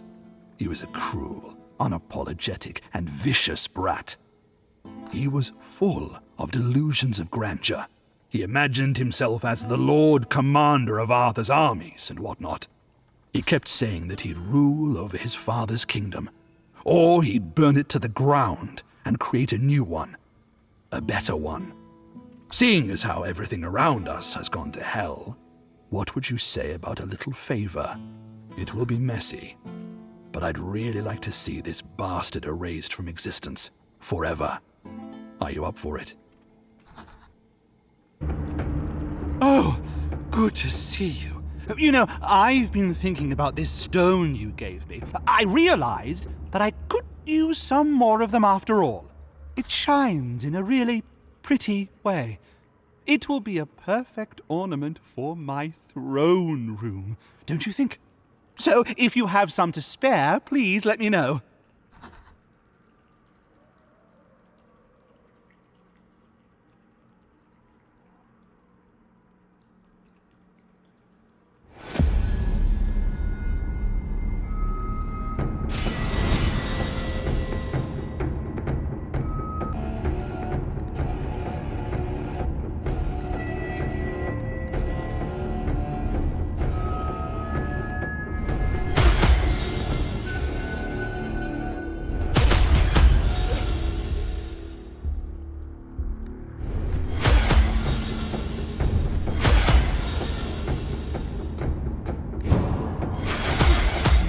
His body collapses, and his worthless treasures scatter all over the road.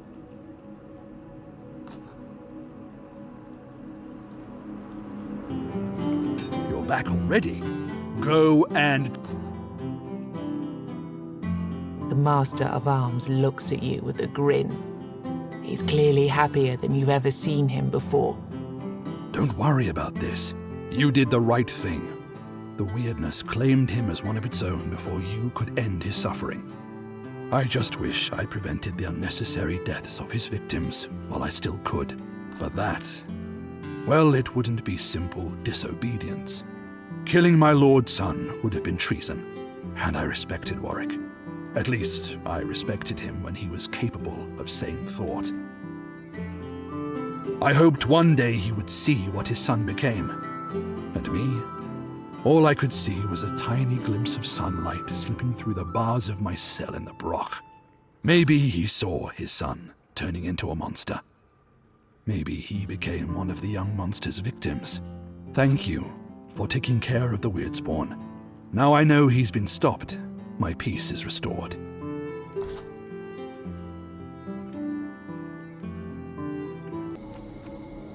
He holds one weapon in his hand and has one weapon on his back. This strikes you as a bit excessive, unless he's a traveling weaponsmith. The blood covering his leather jerkin is not his own. It seems he can take care of himself. Before you get any stupid ideas, I used to be a master-at-arms at Halfway. Trained many young warriors there. If you've gold to spare, I could teach you a thing or two. As you journey through the forest, you hear a peculiar sound. It's like claws or teeth raking against metal, mingled with what sounds like the whine of a dog. Instead of a dog, a mighty knight approaches. He's mighty in every sense of the word, especially in size. You. I haven't smelled you before. I am hungry. So hungry. Do you taste good? Can I eat you?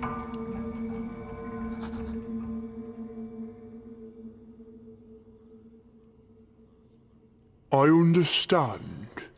Though it's strange, every creature in my path agrees to be eaten.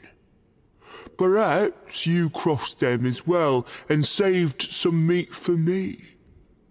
Something to spare for such an occasion, like our meeting here. How rude of you. His voice becomes a growl.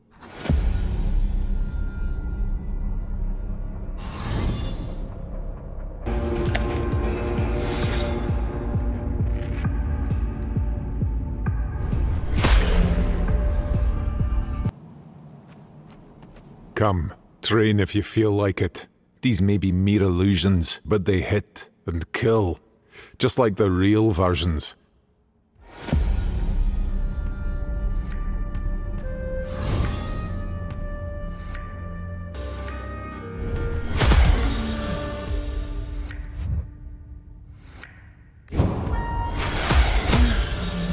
Congratulations.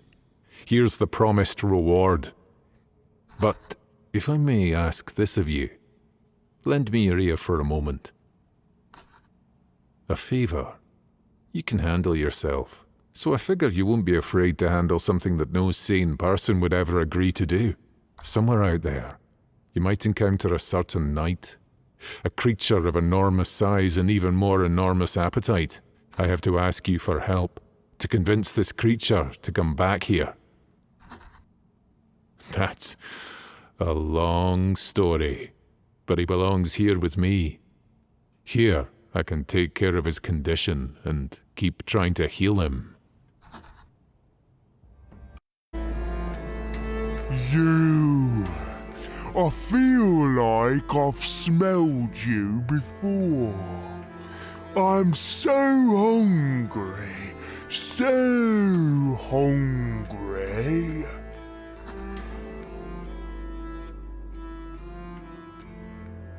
I'm not going anywhere.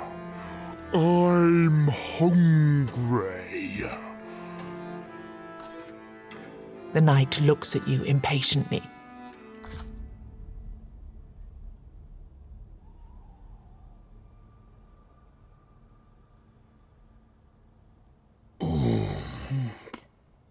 Tasty.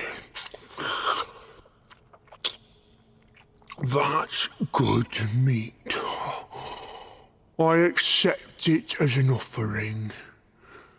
You may leave now.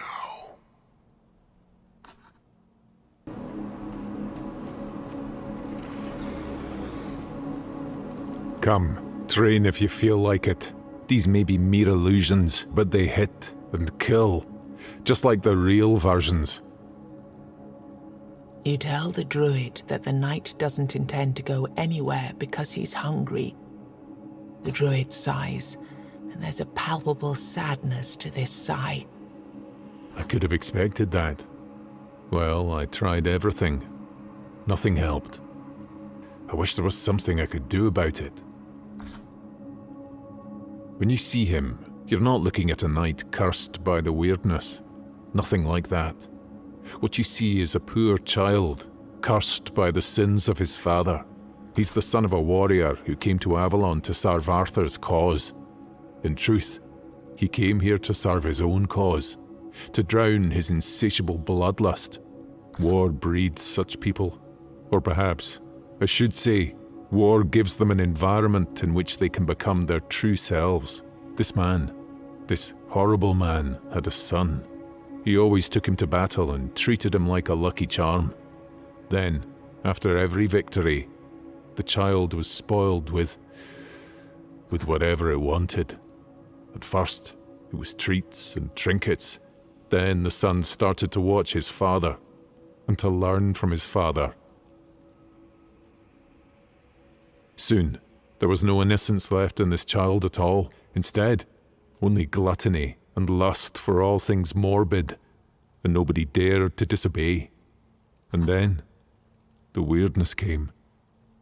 Its ways, sometimes they are poetic, sometimes quite literal. It mistook the child's need for fatherly attention for gluttony.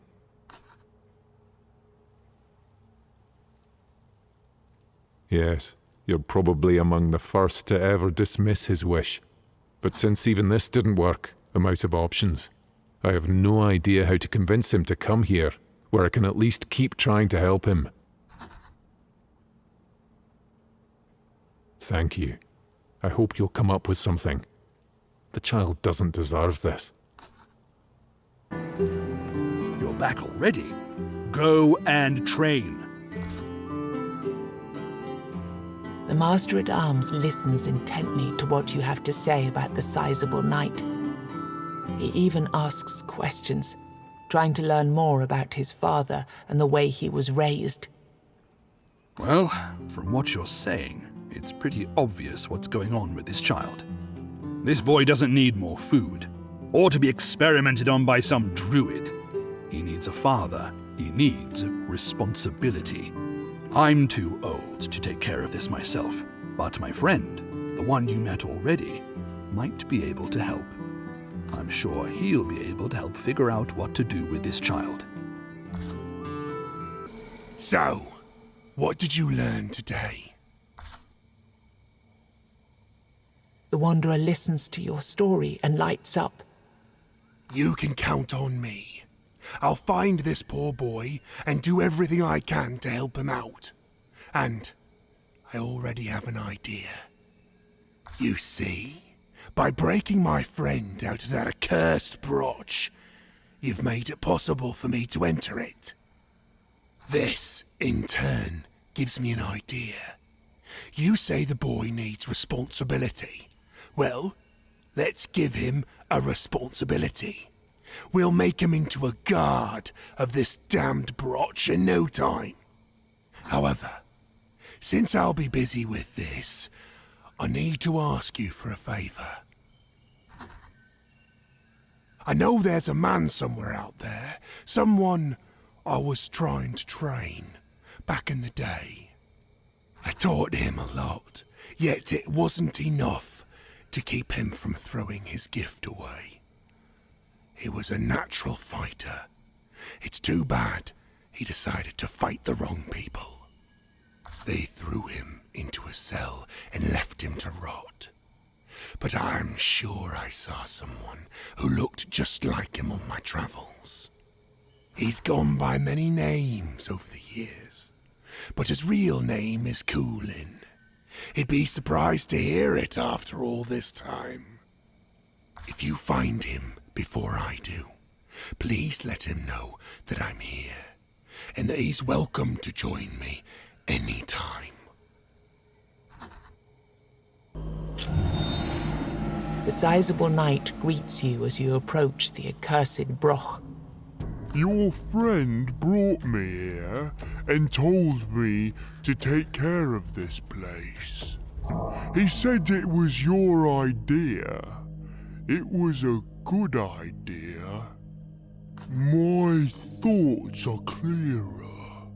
My hunger smaller. I can actually think about something other than my starving body now. Thank you. You're my friend now, and I promise I'll take care of this place. I'll be filling these cells with the worst people I can find in the world.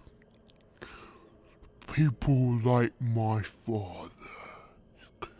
People like...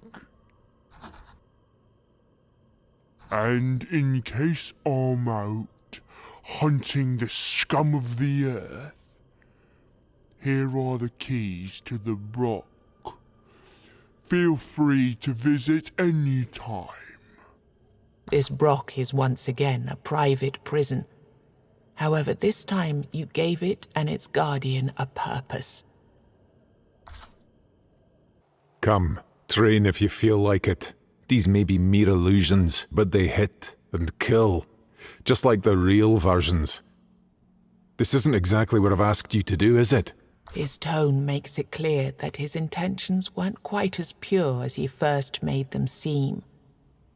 He looks at you with furious anger in his eyes. and a moment later, he sighs and speaks softly. Do what you want, but talk with me no more. The man you meet is dressed in rags. Fragments of manacles and chains dangle from his wrists. He doesn't greet you as you approach. He does not speak, nor does he beg for his life. He just looks at you with a blank stare. Suddenly, he grabs a sword, but you feel no threat in his movements. He makes a gesture, inviting you to train with him. The man looks at you with sad eyes. He is still unable to speak. He looks at you, surprised and confused. You can see that he wants to tell you something, but he can't. He points to his open mouth.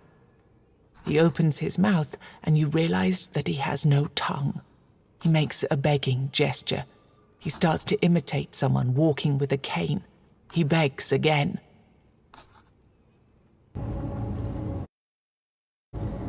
An old man strolls among the trees, observing the ground with interest.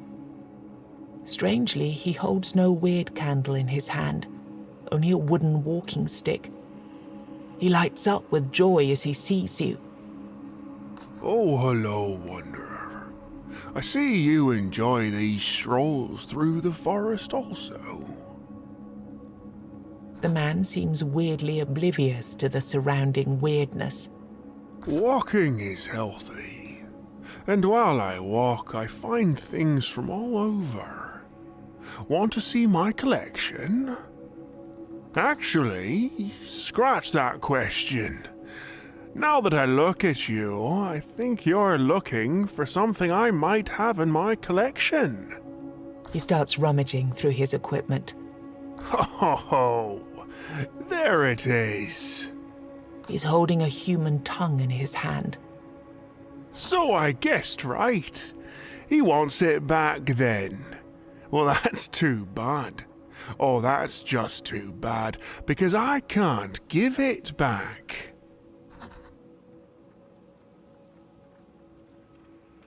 Because nature, my friend, is built upon perfect equilibrium. Who am I to work against it? My collection, in order to be a proper collection, requires a certain amount of items of certain value. I can hand out some things, but my collection can't lose its overall balance. That means I can't just give such a valuable item away, or sell it. It would need to be exchanged for something of equal or higher value.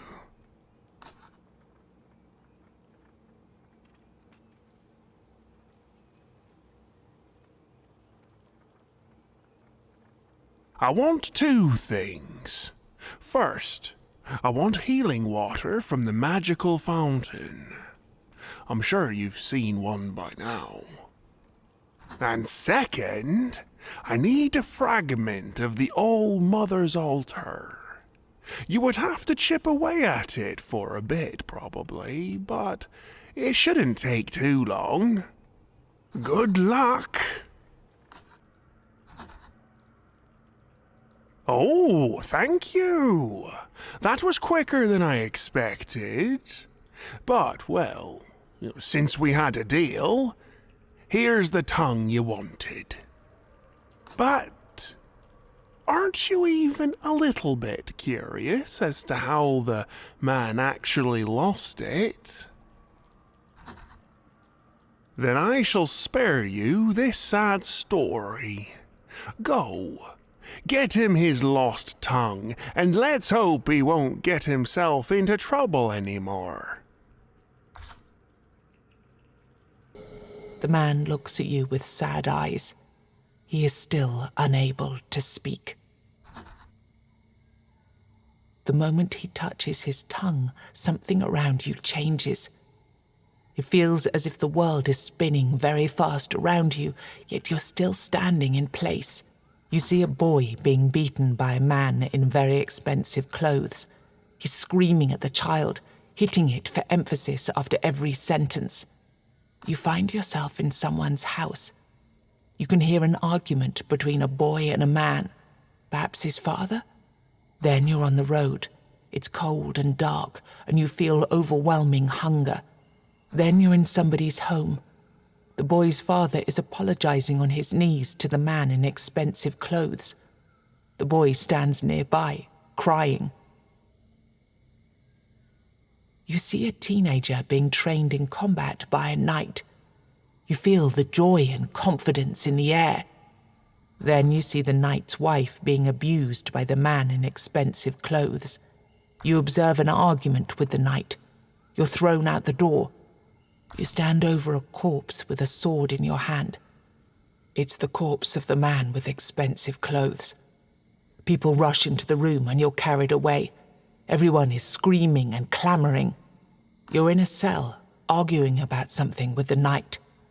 The vision disappears as quickly as it materialized. That was... You saw that, didn't you? His voice is soft. Did you understand what you saw? He laughs, but there's a trace of sadness in his laugh. This lord was my father. I killed him. But what can I say? He deserved it. Thank you for helping me. And please, send my regards to my friend. I won't be seeing him. But why am I not surprised that he is still out there fighting? I've spent my entire life fighting. Mostly a never-ending fight to survive, just to be myself. He, on the other hand, always fought because he had no idea what to do with his life. From what you are saying, it seems like nothing has changed. And I don't want to fight anymore. You feel there's something left unsaid, but he clearly doesn't want to talk anymore. So, what did you learn today?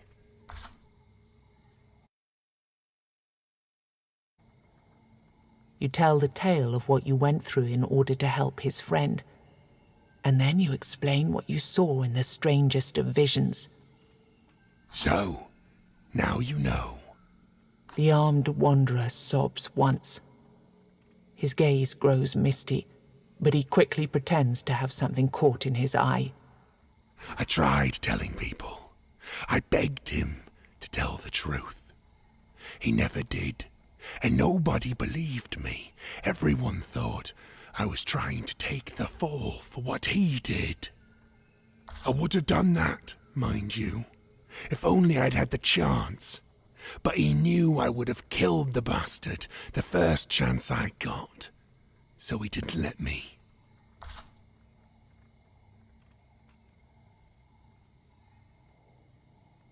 That's true. And now, if you're telling me he doesn't want to see me again, I've lost him too. At least I know he's alive, and you've given him back his peace of mind. That's more than I ever could have done. Thank you, friend. This means a lot to me.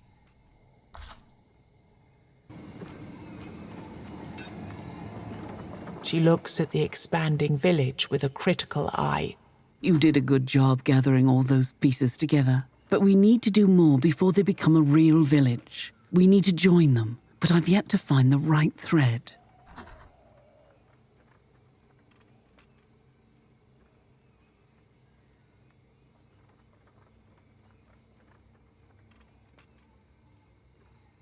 Well, the last time I saw her, she was really big, clearly ready to give birth. She's probably hunting for food now. It's not easy to feed that many children. Don't worry, she's not dangerous. She's just a poor woman with a special relationship with the weirdness. And she's a mother after all. She won't turn to violence unless her children are threatened. And I just finished this cloth. It would be really comforting for her to have it. Can I count on you to get it to her? You can hear them before you even see anything. The rustle of 1,000 tiny legs approaching from all around you. Among them, a whisper. A voice sounding like nothing you've ever heard before. Then you see her, a creature no words can describe. But you immediately understand that you're standing in front of the protector that the seamstress told you about.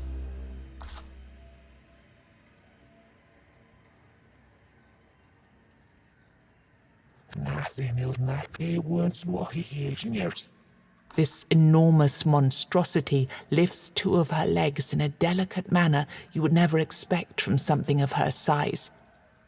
She takes the veil from your hands. Her face, a disturbingly beautiful face, looks confused and worried. The nearby bushes move as if they were alive.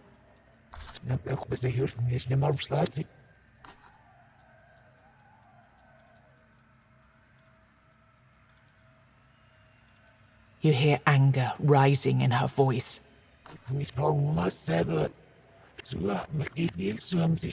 She moves closer to you. The warrior's body you inhabit feels that it might stand a chance against her. But there's no telling how many of her children are hiding at the edge of the weirdness. Now that's not a fight any sane being would want to experience. She raises her hand to feel the wind. What could she be determining? You realize that she's speaking about your village. She's gone before you have a chance to react. What can I do for you? I know. I felt her presence, and I know that if she's content, she'll make a powerful ally for you and this village. The bad part about it all is that she's agitated. I can sense her fear, and trust me, we don't want her to feel afraid. At this point, we can only make sure she doesn't starve, and that she doesn't feed her children on weird tainted blood scavenged from hunting out there. There are very peculiar altars all over this island. You know the crystalline structures overflowing with scarlet blood? Surely you've seen them by now. Their original purpose is long forgotten, but their connection to blood is as strong as it ever was. Please, leave some of your blood as an offering to our overprotective friend. She'll be drawn to a pure sacrifice. And we won't have to risk her children growing up on a weird tainted diet. Now that's something I don't even want to imagine. What can I do for you? That was very kind of you. I can already sense her calming down, but now we definitely need to keep her that way. Peaceful. You need to understand that she's a very unique being. A noble lady from one of the wealthiest families of her time. Her garments were a point of envy for women all over the realm. What all those envious eyes didn't see, however, was the fact that she kept burying herself in these clothes. Quite literally, they were all that kept her sanity relatively intact. I kept sewing for her, trying to keep her human mind in a stable place. But now that I've finally had some time to rest, I realized there might be something else we could try. Somewhere out there, you'll find a woman violently changed by the weirdness. She was a countess once, yet she desires no courtly or noble things now. She thirsts only for blood. When I met her, I couldn't help but notice that there's something peculiar about her. I know now that it's a certain quality of her skin. All we need is a sample. A little bit of her. Anything will do. She notices your confused state. But before you have a chance to ask a question, she adds 2 words with a tone as sharp as her fingers. Trust me.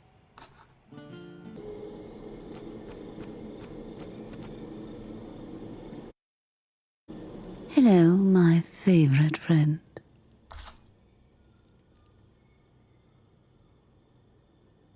You explain that the seamstress asked for a skin sample from a countess. The woman smiles briefly at the mention of her title, but that smile soon twists into a cynical smirk. And what's in it for me? What do I gain from helping you? She draws nearer and whispers, I'll tell you this. Let me taste your blood, and I'll forget you even asked. That's not a request to make, not to a lady. She whistles. After a second, you hear a menacing growl.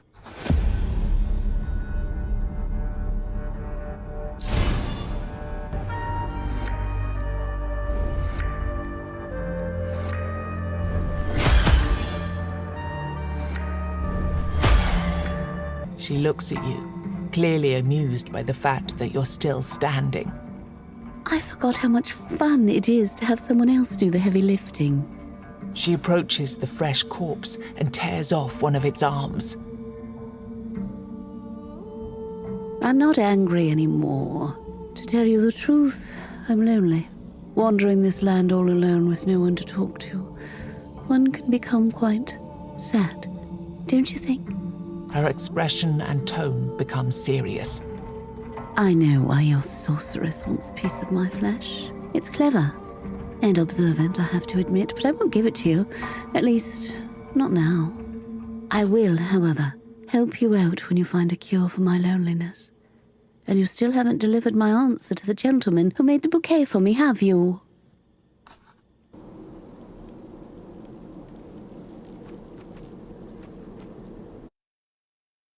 You notice the Countess and the florist sitting on the ground together.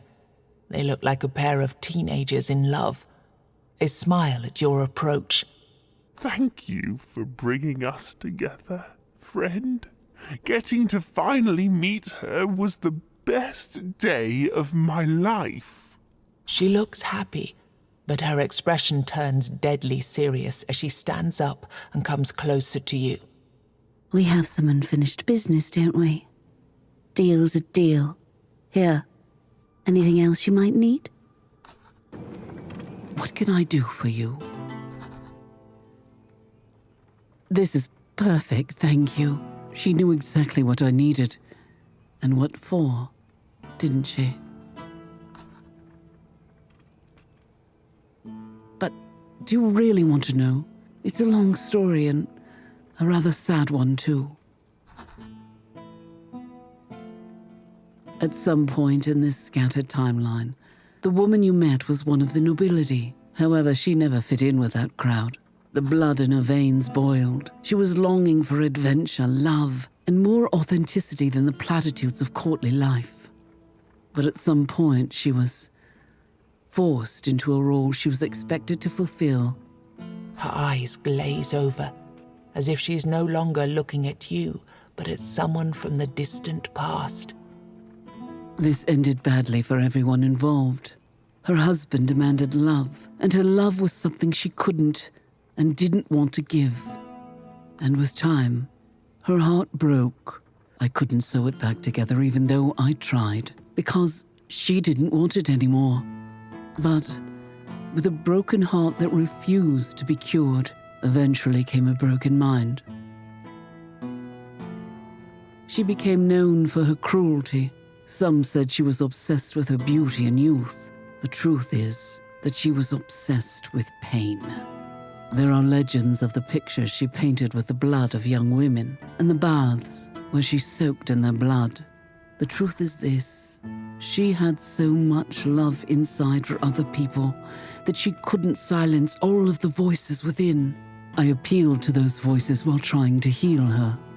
She couldn't silence them and still see good in the world, so she started to destroy everything in her reach.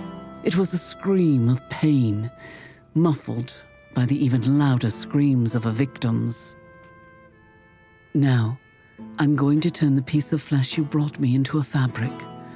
That fragment of skin comes from someone who loved others so much that even the weirdness couldn't mute that feeling. Even after being turned into a beast, after becoming cursed with an insatiable lust for blood, this fabric, her skin, still longs for the touch of another person. And there's nothing that defines a human being more than this need.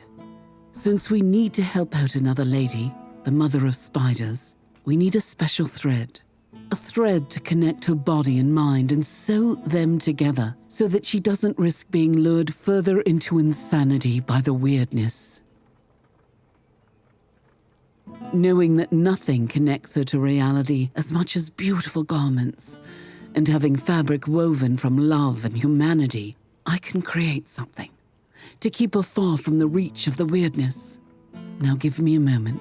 I need to prepare a gown worthy of her dreams. She disappears for a moment and then comes back with the strangest dress you've ever seen. Please, get it to her, and let's hope for the best.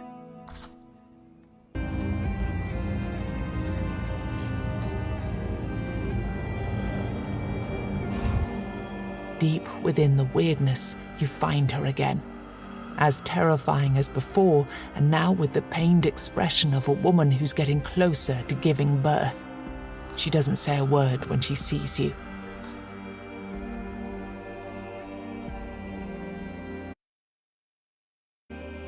You leave the gown in front of her and take a step back. She looks at it intensely for a moment. Eventually, she whispers,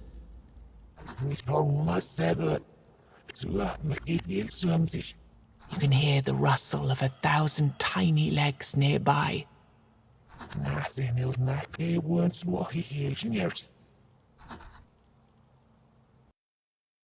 What can I do for you?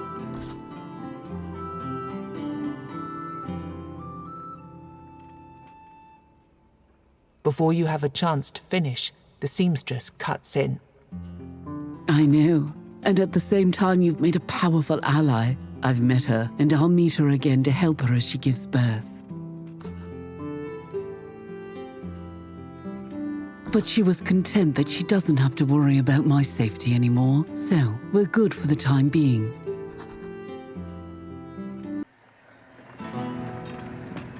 Cards love me. They truly do. I haven't lost a game since my deal with the thing that whispers. But it warned me. Luck is a finite resource.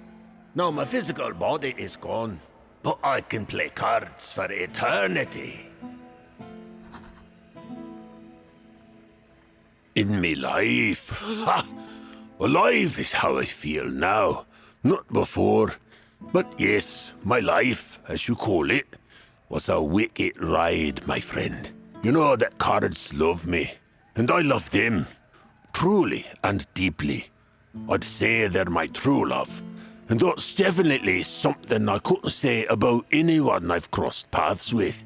I was born to a peasant woman and a horse boy. Can't say I remember them too well. I got out of that damned village as soon as I learned how to run. I just can't stand poverty, you know? My own, that is. So I went to town and won some coins. Then I won some more. And more. I can't say it was all, you know, fair and square. But it's the result that matters, not the means, right? Well, this allowed me to pretend, or rather to live, the fantasy of being higher born than I actually was. Oh, how wrong I was. She was a vicious, treacherous woman, I tell you. I swear she hired an assassin to get rid of me at some point.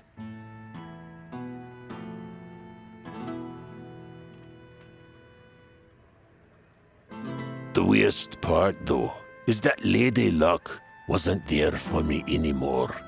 Serious debts accrued, and of course, this led to more marital problems. I needed to run, so I bought myself a berth on the ship, and came here, Best possible decision, wasn't it?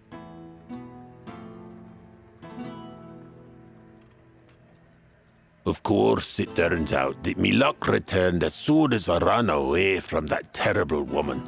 So I gambled with the ship's crew, and with all the folks I met in this new land. Some of them lost it all the money they brought from the fatherland. And you know what they say, somebody's loss is somebody else's gain. So I gained, but then reason came to poor old me. In order to avoid temptation of gambling it all away, or just getting killed for my fortune, I hid it. Now it lies in the ground, safe and sound, in some forest.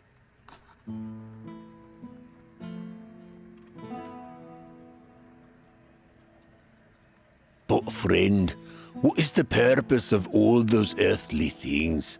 Earthly pleasures? It's all in the spirit. It's all in the afterlife. I'm kidding. Yeah, I don't need them anymore, being a ghost and all that. I'll tell you where to find it, but just promise that you'll play cards with me every time you come back to the village. You swear? Okay, I'll show you. Find me out there, within the weirdness, and we'll go together. Finally, we're pretty close. Let's move, and we'll get to me treasure in no time at all. You walk and walk, yet the scenery doesn't seem to change. I promise we're actually moving. I'm a ghost. I can see such things now. After an eternity or two, the ghost stops. He points to an unmarked spot on the ground. Here, dig here. After another eternity spent digging in the ground, your shovel hits something. It's wooden. Several back-breaking heaves of the shovel later, you realize it's a coffin. Suddenly, a hand bursts through the coffin lid, then another one. A moment later, you see the silhouette of a woman floating out of the grave. She's mostly decomposed, though there's some rotting flesh hanging here and there on the bones. The corpse opens her eyes. When she sees the ghost standing behind you, she immediately starts screaming. Gunner, you worthless scum! You disgusting, lazy bastard! How dare you leave me, you rotten! Shut up. The woman, clearly in shock, falls silent. I never got the courage to tell you this when I was alive. And now that I'm dead, I don't care. Shut up! Once and for all. You treated me like a piece of horse crap. Or worse. I did everything I could, and it wasn't enough for you, was it? You know what? I'm happy now. You're gone, and I will never see you again. And I'm happy. And this time, I will be the one to silence you. Not death. I will shut your mouth forever. Before she has a chance to react, he throws something at her and mumbles a few words in a language you don't recognize. The woman collapses. Her bones scatter, then turn into dust. Ha! No, that felt good. Well, I might have exaggerated the treasure-related part of me story. I actually gambled everything away. But you have to admit that this was priceless. Oh, come on. You saw for yourself that she was a lovely creature, wasn't she? I have to admit that the weirdness made her even more beautiful. Well, that's all I ever wanted out of me afterlife. Now I can die happy. Oh wait, but thank you, really. I couldn't have dug her up without your help.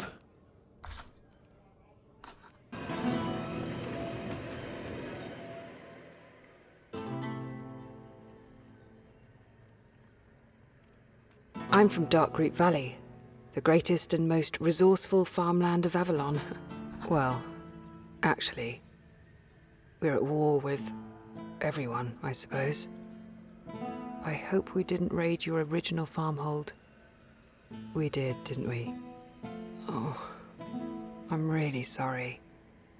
You explain that, for all you know, they didn't. She calms down instantly. That's good to hear. In truth, I wasn't even there for most of my life. Master Iron took care of me since I was a small child.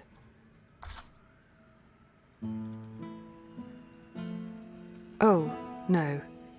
Not really. I mean, whenever I met anybody or heard from anybody, they always seemed afraid of my work. But mostly, Master Iron told me that we had to live far from our farmland because of some of my experiments. I don't remember any of that, though. I don't. He must have left when I was busy with my research. Would you be able to keep an eye out for him during your travels? I wish I could, but I honestly don't remember. You notice the ruins of a home that was burned down.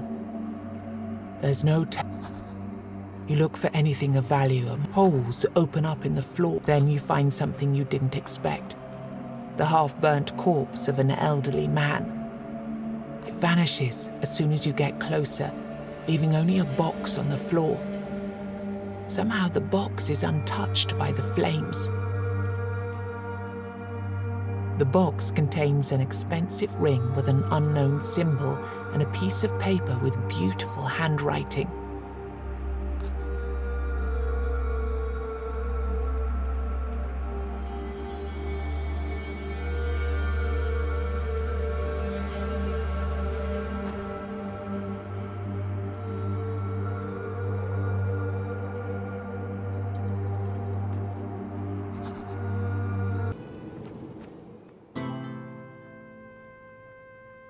Yes? Did you find him?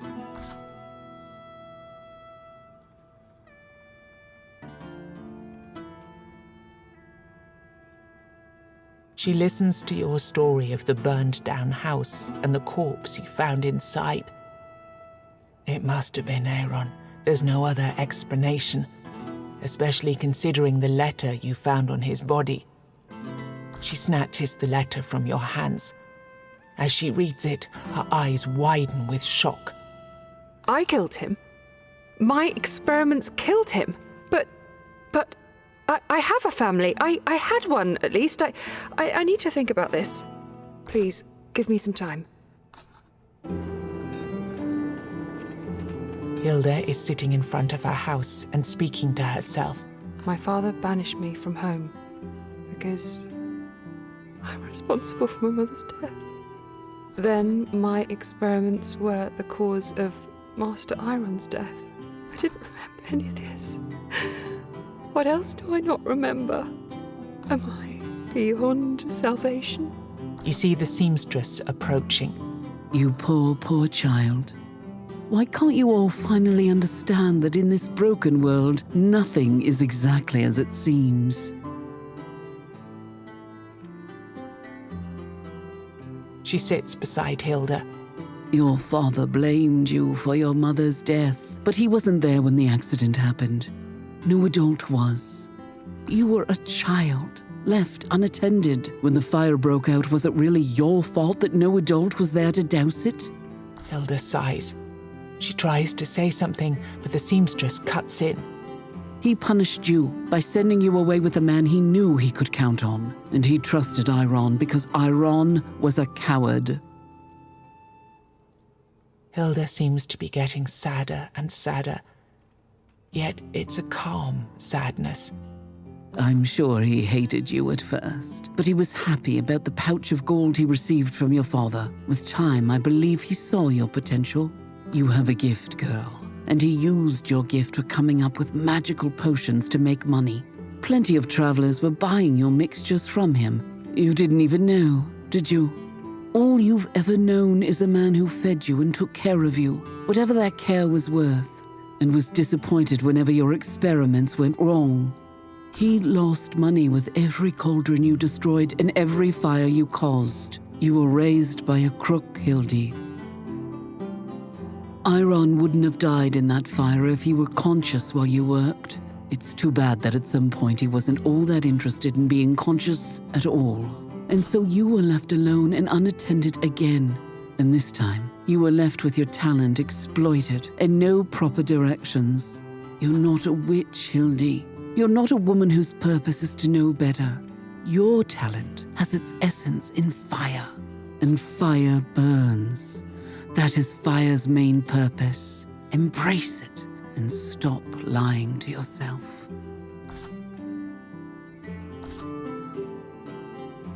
I'm a seamstress. It's my job to weave and sew.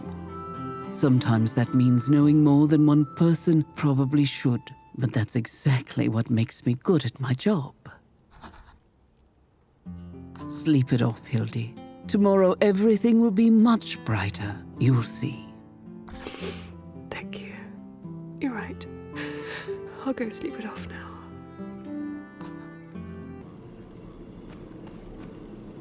The path you walk doesn't seem to be out of the ordinary, yet suddenly you hear strange, loud voices resembling a choir. Oh, shut up, you damn parasites. Now you see them, all of them. An old lady carrying a lot of strange things on her back, and a crew of men trudging after her. All are bald and half naked. Some push a carriage filled with things you can't quite make out. Blessed be my soul, stranger. Alive at that. Thanks to the All-Mother. She gives you a broad smile and waddles towards you. We're on our way to the battlefield with supplies for the army, but it seems we lost our way when this strange fog trapped us last night. It seems that she didn't notice that members of her crew have been dead for quite a while now. The wizard Merlin was supposed to lead our troops with Sir Galahad. We were to meet them somewhere around here.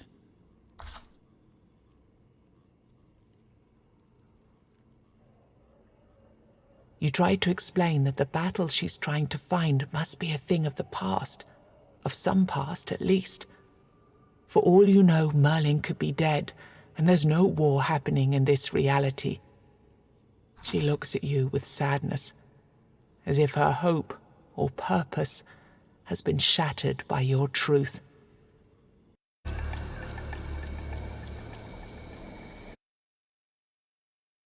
You hear music, joyful melodies at that. They sound weirdly inappropriate, drifting through the inscrutable darkness. Then, the source of the sound appears. Oh, a traveller. Come on, sing with me. There are many instruments around, all made from materials at hand. Most have been crafted from sticks and bushes, but you can also see some monstrous body parts here and there. Singing is the only thing that will get us through these strange times, don't you agree?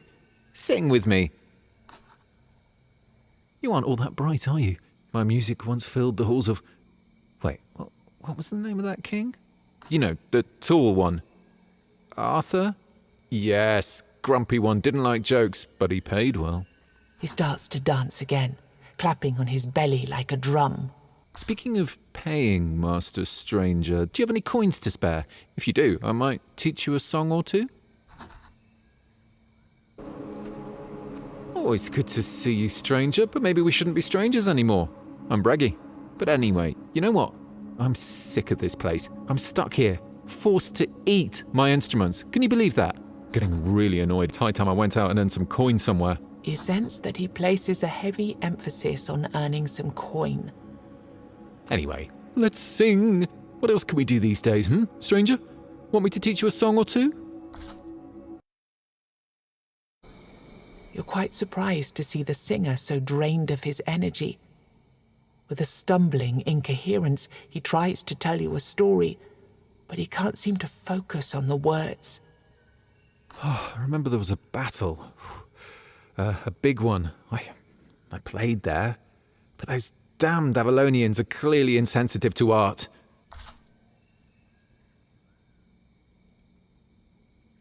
It was a massacre. Men impaled on their own weapons, invisible creatures floating through the battlefield and leaving our soldiers with wounds that won't heal. The story stops as abruptly as it started. It's as if he were possessed by a ghost that suddenly left.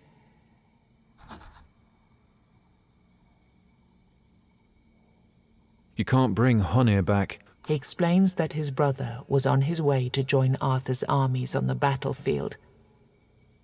He went on the road with the supply wagons, and Bragi was looking for him among the corpses for days on end.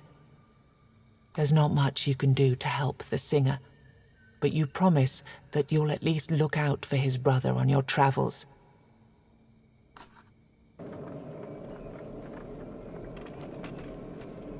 Hello, warrior. It's been a long time now since we left our home and began travelling to our destination. Do you want to take a look at our wares? Her voice suddenly becomes cold as ice. Yes, I know that name. He kept saying that our journey is pointless, that we're heading for certain death, serving people we've never even seen. At some point, everyone was sick of him and our men were on edge, tired, starving. They threatened him, saying that if he didn't stop, he'd be the next meal. Same night, he left his spear behind and disappeared, and we haven't heard from him since. She starts rummaging for something in her bags. Here, that's the spear. I've no use for it, and frankly, the further away you take this token of disgrace, the better. You see the bard sitting among his instruments. He's playing no music, and there's no joy in his words. Hello there. I assume you'd like to learn a song, but I don't think I have any music left in me, friend. There's one song I could teach you, but after we're done, I won't remember who you are anymore. I won't remember who I am anymore. I won't remember anything anymore.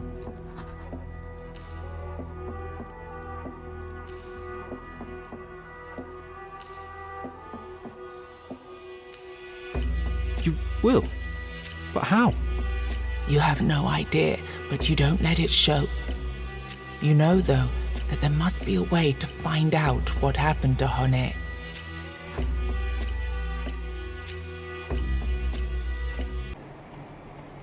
Did you have any luck finding my brother? You give him the spear and see tears forming in his eyes. He starts humming a sad song, like he's saying goodbye to his brother.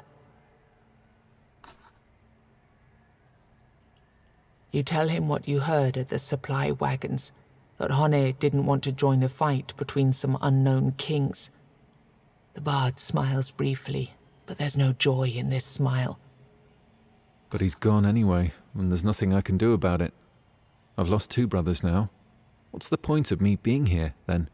And why was I spared? You explain that the spear doesn't prove his brother's death. It just proves that he left his spear behind. The bard looks at you, visibly surprised. I understand. Weirdness can work in mysterious ways, and the fact that he left the group doesn't mean that he died. However, you warn him that Honir might have changed due to the weirdness. He might not be something that the bard would want to see. Thank you anyway, friend.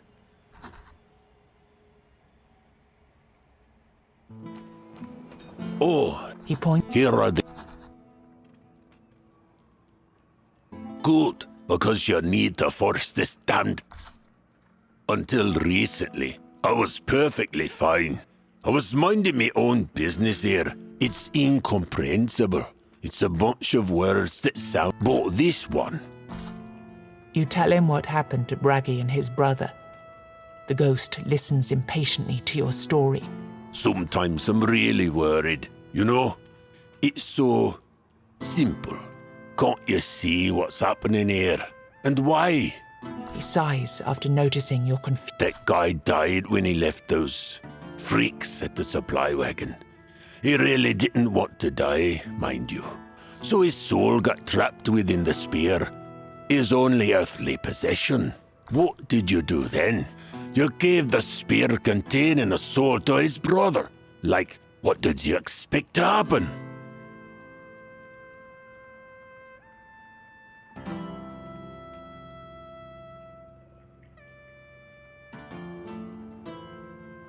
Now the ghost you've awoken can see his brother, but he can't, I don't know, talk with him. And he tries, oh my dear, he tries. But the problem is that even though his brother can't hear him, I can. You notice that his ghostly presence becomes darker when he gets angry. He tries to scratch his head, but his ethereal hand passes right through his intangible body. Okay, I don't know. Let's try this. He's a musician. It's a long shot, but it might just work. Go talk to him. Tell him to make an instrument out of that damned spear. No questions asked. Just tell him to do it. Go, please. Do it fast, or my head will explode. Did you have any luck finding my brother? You explain everything you've learned. You expect Braggy to break down in tears at the news of his brother's death. The bard, however, as instructed, immediately starts working on a new instrument. He hums a joyful tune with a smile on his face. Oh, thank you. Thank you, my friend. The bard is playing a haunting tune on a new instrument, one that you've never seen before. He's visibly happy. Can you hear this? My brother's talking to me through his music. He asks me to thank you. And I can't quite understand that part, but he tells me to ask your ghastly friend to forgive him for his behaviour. Thank you. You've done more for me than I ever expected or even dared to hope for. I'll gladly join, and I'll try to bring some joy to your village with my music. There's an old saying, all that glitters is cold. Even still, when you notice a pale shivering light between the trees at the edge of the weirdness, you feel beckoned to follow the light deeper into the forest.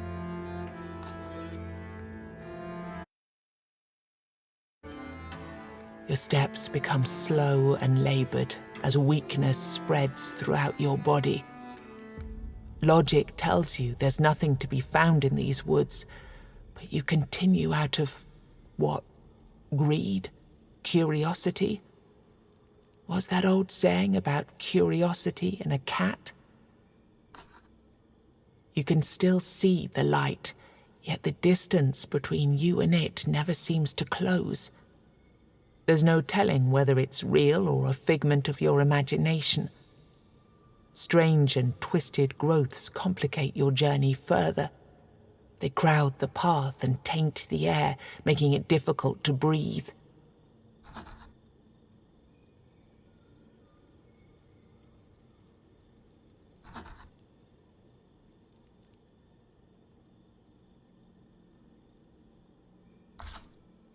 As you walk deeper into the woods, the darkness grows ever more impenetrable, and the light fades to shadow. The thorns of weirdness twisted trees carve sigils into your flesh.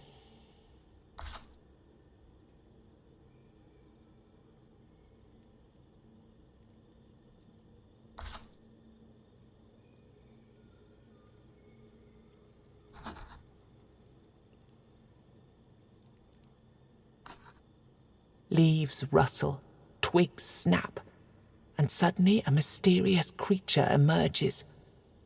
Your heart skips. A dazzling light, the very same glow you've been following, shines from a cavity in the creature's chest. The creature raises its hand and extends a wicked claw in your direction.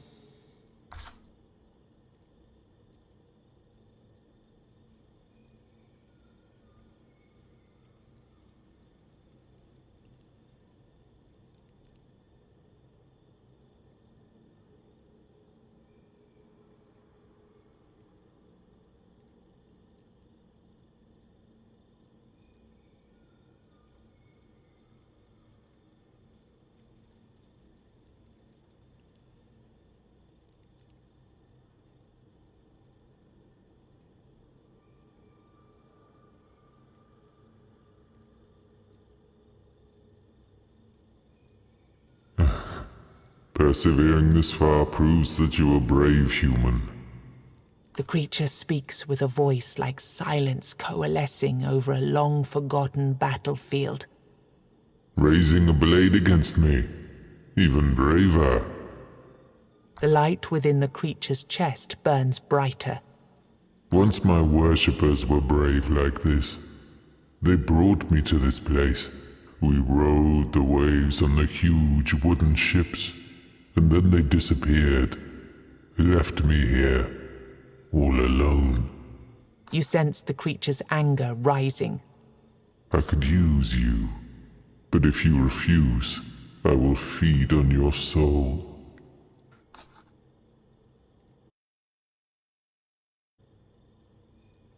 Bring me my eyes. They were stolen from me. My own worshippers took them. Ravens flock and wheel above him, their violent screams accenting his last words. Could these birds serve as his sight? And what kind of worshippers would steal from their deity? Find them. Find my worshippers. Look for them in the trees, hanging from the branches, just like I used to hang many moons ago. The creature touches your forehead. A sudden flash of light blazes behind your eyelids. And this will help you understand the words of the dead. As he speaks the last words, he disappears into the weirdness.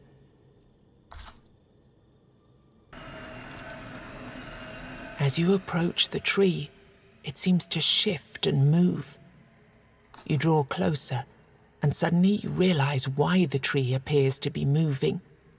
Dozens of rotting bodies. One of the corpses speaks. You hear that? I hear someone coming. If I hadn't stolen the eyes, I could see them, and the ravens wouldn't be eating mine all the time. Another corpse, left with only the rotting top half of his body, responds immediately. At least you got to keep your lower half. No women for me anymore. A man on the top left cuts in. His jaw is hanging by one cord-like tendon. He's trying to laugh manically, but it sounds more like a dry wind rustling through a desert. No woman never wanted you anyway, even when you had your lower half. It's the eyes you want. You'll have to reach for my backside, 'cause I can't in my predicament.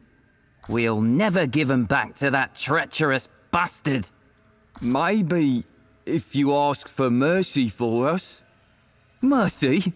For him? Good joke. He ain't the merciful kind. Isn't that why we worshipped him? No need to be rude, friend. We've no means to defend ourselves. Take pity. We've probably developed some oozing diseases beyond your wildest imagination. Hanging up here all this while. Go on, touch us and find out. Dade. Look for the eyes, then, if you're so desperate. Go on, do it. After searching for a while, you find something. Something wet. Something weirdly soft. Human eyes, of a hue you've never seen before. You toss them into your bag and turn to leave. As you take your first step, the tree suddenly becomes still and silent. Not a single leaf rustles. Not a single rope creaks. You shudder and decide not to look back. I see you have found my eyes, human. Though it has no lips, you could swear the creature is smiling. It gently takes the eyes from your hands and feeds them to the ravens. The eyes of the ravens glow. The ravens become silent and begin observing you with interest. They stole from me. I had to punish them. As you have seen, they are still alive, and alive they will remain, as long as I do. You remember the moaning corpses. You remember their torment. You wonder if you can help them somehow. I know what you consider. And no, you could not defeat me, human. But I do appreciate a loyal follower. I promised you a reward beyond imagination, and you've earned it. I think I'm starting to remember. Something. It's not clear just yet. But now that you've completed all the tasks given to you by our new friends, I can sense something coming back to me. I've realized that there's one last thing you need to do. He smiles sadly, with a faraway look in his eyes. The goat informed me that I need to help you to rebuild our home. And something tells me we need to do one more thing for that to happen.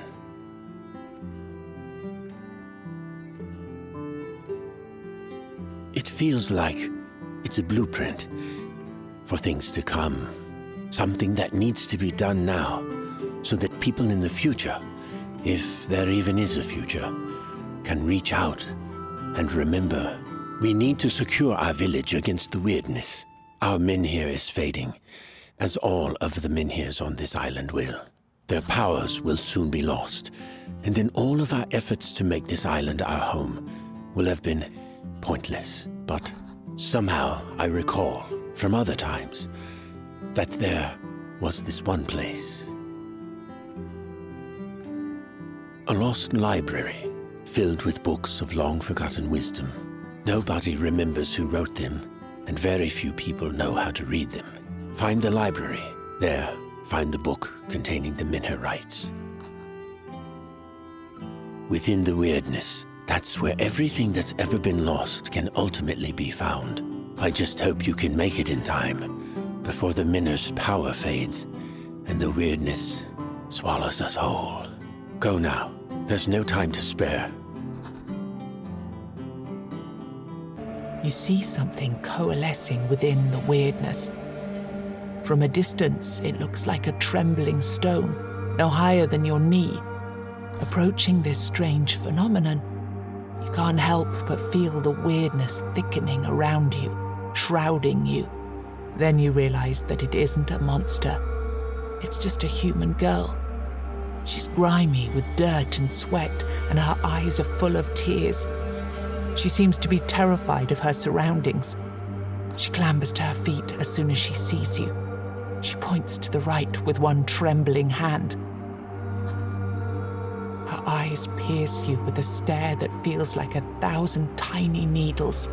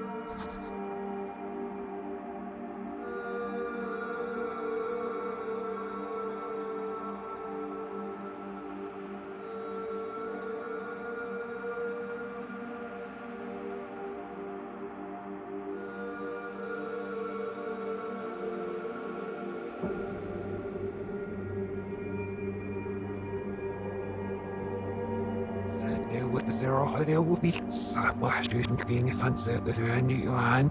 When it got. Yeah, we never searched for gaps in here. What is the eye? How enough nuts and movements? Well, with the zero, as Pat suggests, those in it. Says, I like this, and we nam out. Well, student getting a fancy the new one. So that's the other nerves. When it got some student getting a fancy the new one. Said that, eh? You seems after the ear, the shell seal, and the made one foot, and the shows it. The arm for the house,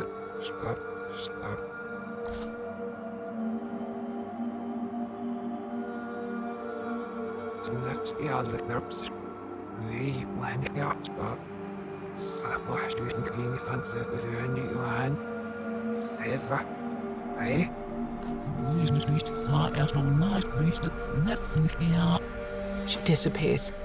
You're left with no road in sight. Yet as you walk further, you slowly realize that the majestic trees around you seem to be forming some kind of structure. They start to look a lot like walls. It seems like an abandoned corridor in a building that must have been made for giants. The air is stifling. As you struggle to breathe, eerie noises begin to spread all around you.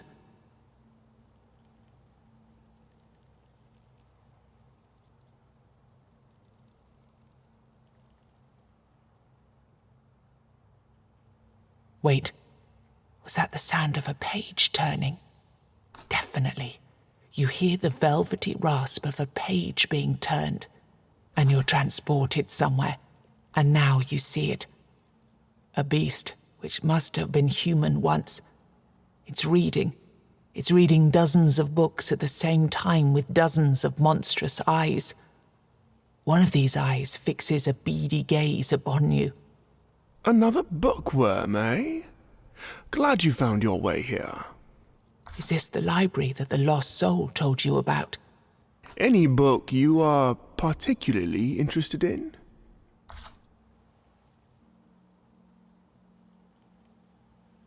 This one?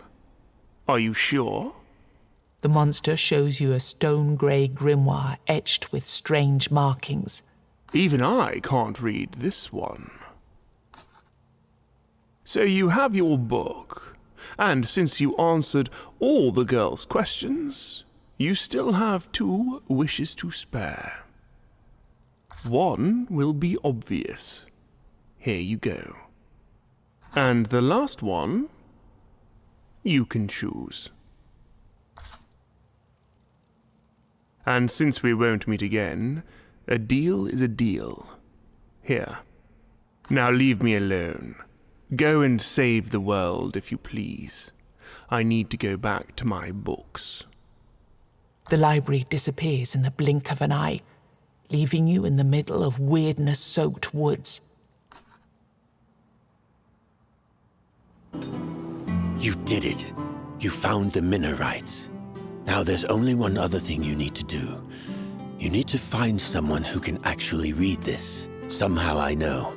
There's an elderly man out there. He goes by the name of Orin, or Merlin. Were they even born yet? Either one of them. I can sense them within the weirdness. I can hear one of them whispering to me. They'll be able to translate the Minorites. And then we'll know what to do next.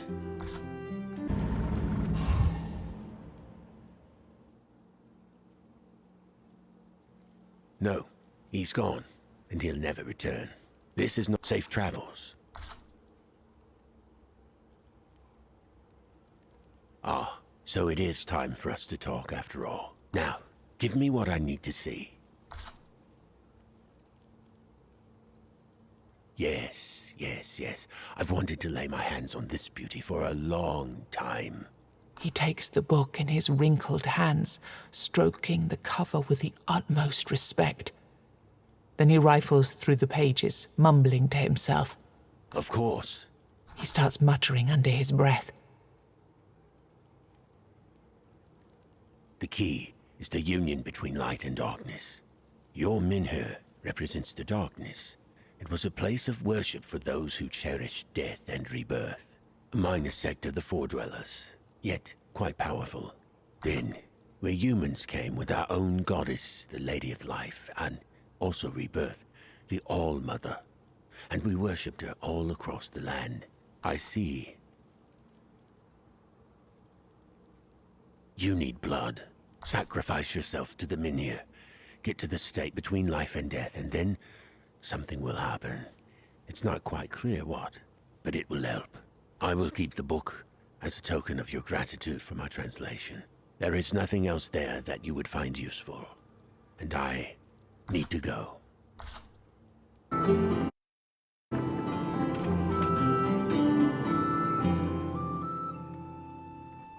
Knowing that you can't die and that you'll be reborn, you cut deep into your flesh in the hope that your sacrifice will at least save this village and its people from the weirdness. Or, if all of your efforts are in vain, because corruption will eventually destroy this world, maybe at least you'll make sure that your friends end up a little bit happier. You feel cold. Then suddenly you hear a voice. What marvelous work you do here. I'm truly impressed. Death appears in front of you. That's exactly what we needed. The things you do here, you see, they help to establish certain parts of the narrative. They're blueprints for how certain things will unfold in the past and in the future. Your original body and mind came here on one of the first ships that reached this island. But let's say you're blacksmith. In your calendar, he won't be born for at least another 400 years. But your work here, well, it will allow him to have a happy ending in his own timeline. Your deeds here make all the difference.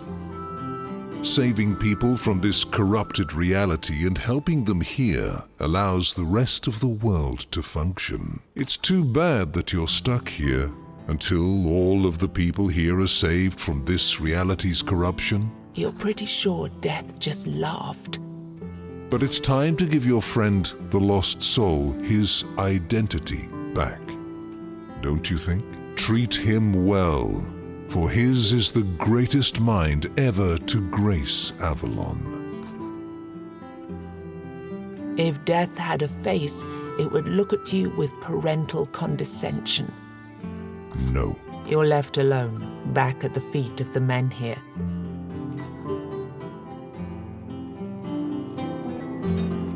Hello, my friend. It's strange. He looks the same, yet his eyes have changed. And so has his voice. I told you we'd meet again. Yes, the last time we met, I was nothing but a memory, wandering between planes of this corrupted reality. But it looks like somebody has given me a new body, and a much younger one than I had before. Or than I'm going to have in the future. For the first time since you met the lost soul, he smiles broadly. Thank you. It's the most amazing gift you could have given me. I have my youth back. Well, now, Death must have already told you that your goal is to save everyone in this reality, just like you did with us here in the village. It won't be easy. It will take time, but we're going to help you any way we can. That's a promise. You're in the void again. However, this time you realize that you finally fulfilled all of your tasks. Close your eyes and hear a familiar voice. So, we meet again. How do you feel now that you've accomplished everything I asked of you?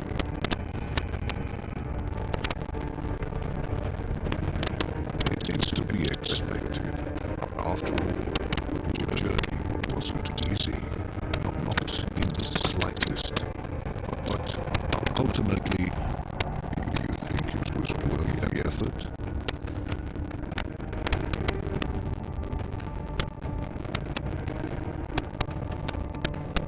And what did you find so confusing?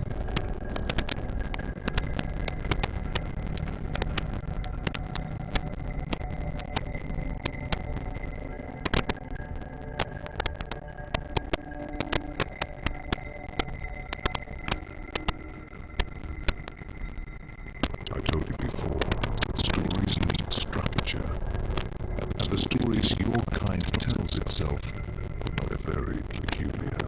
This story was supposed to be about you being stuck in an endless loop, fighting the Prince of the Four Dwellers over and over again until the end of time. It was supposed to be a story about repetition, cycles without end, and following pointless objectives that can never be obtained.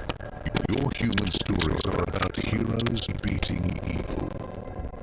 This was one of these stories. But you dug deeper. The goat helped you to summon a tougher enemy. With that, we move to, let's say, a more symbolic part of this story. You humans never look for context in the stories you hear and tell. Heroes beat evil monsters. Revolutions beat evil kings. And that's it. You never ask the proper questions. What happens the day after the revolution? What caused the monster to become evil in the first place? And could that have been prevented? Your struggle against that foe was merely a symbol of digging deeper into the cause. And once you managed to beat the monster, then you were given your true task, saving the people you met from the corruption of this reality.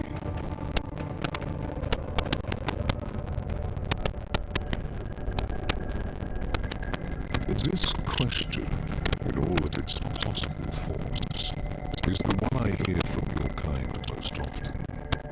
There's something about humans, always searching desperately for points, meanings, and lessons. You look for them everywhere. That is, everywhere except the one place you should be looking. Inside yourselves. And the greatest joke of fate? There's really no inherent meaning in anything you choose to do with your lives. The closest you can get is to simply decide what things mean for yourself. But did you notice a common theme in the stories of the people you met and saved? Did you realize what this world was meant to be?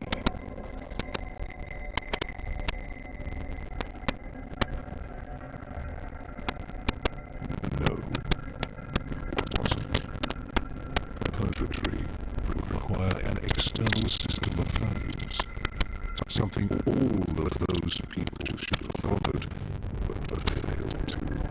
Limbo would be pointless and cruel. Who would waste their time and energy to create such a thing? It was hell. More accurately, it was a lot of different hells all merged into one. Hellish places, created by these people for themselves and only for themselves. Hellish places created by people who didn't have enough love for themselves in their hearts. People who couldn't forgive themselves. What you gave them was your time, your empathy. You listened to their stories and helped them to find inner peace. Without that, they would have been stuck in their own personal hells for all eternity. Exhausted, sad, and tormented by nobody but themselves. Do you think that everyone wanted or needed your help? Some weren't ready. Some weren't, indeed. Those who were, however, benefited greatly from your actions. Some people you met weren't placed there for you to save. They simply weren't a part of your story. Not everyone can be equally important, and, crucially, you can't be equally important to all. Good. You notice that the empty space around you is brightening a little. It's up to you alone. This world was created from conflict, war, misunderstandings, greed, and all of the negative feelings your kind like to grasp so tightly with their hearts. This particular place won't cease to exist. Your world was broken, and your reality corrupted. This place was made in order to remind you of this, and to show a tiny fraction of the consequences that certain actions might have. However, the memories of how you struggled in order to help all of these people will also become part of this world, along with their gratitude. This place is no longer a dead world full of sorrow and pain. It's a world that you cleansed of corruption. It's a world that shouldn't scare you anymore. A world that holds no secrets from you. You can return whenever you want. It's yours now. A place that you, and you alone, made better through the sheer force of your will. That counts for something, doesn't it? The voice becomes weaker and weaker. It fades completely until you're left alone with the gradually brightening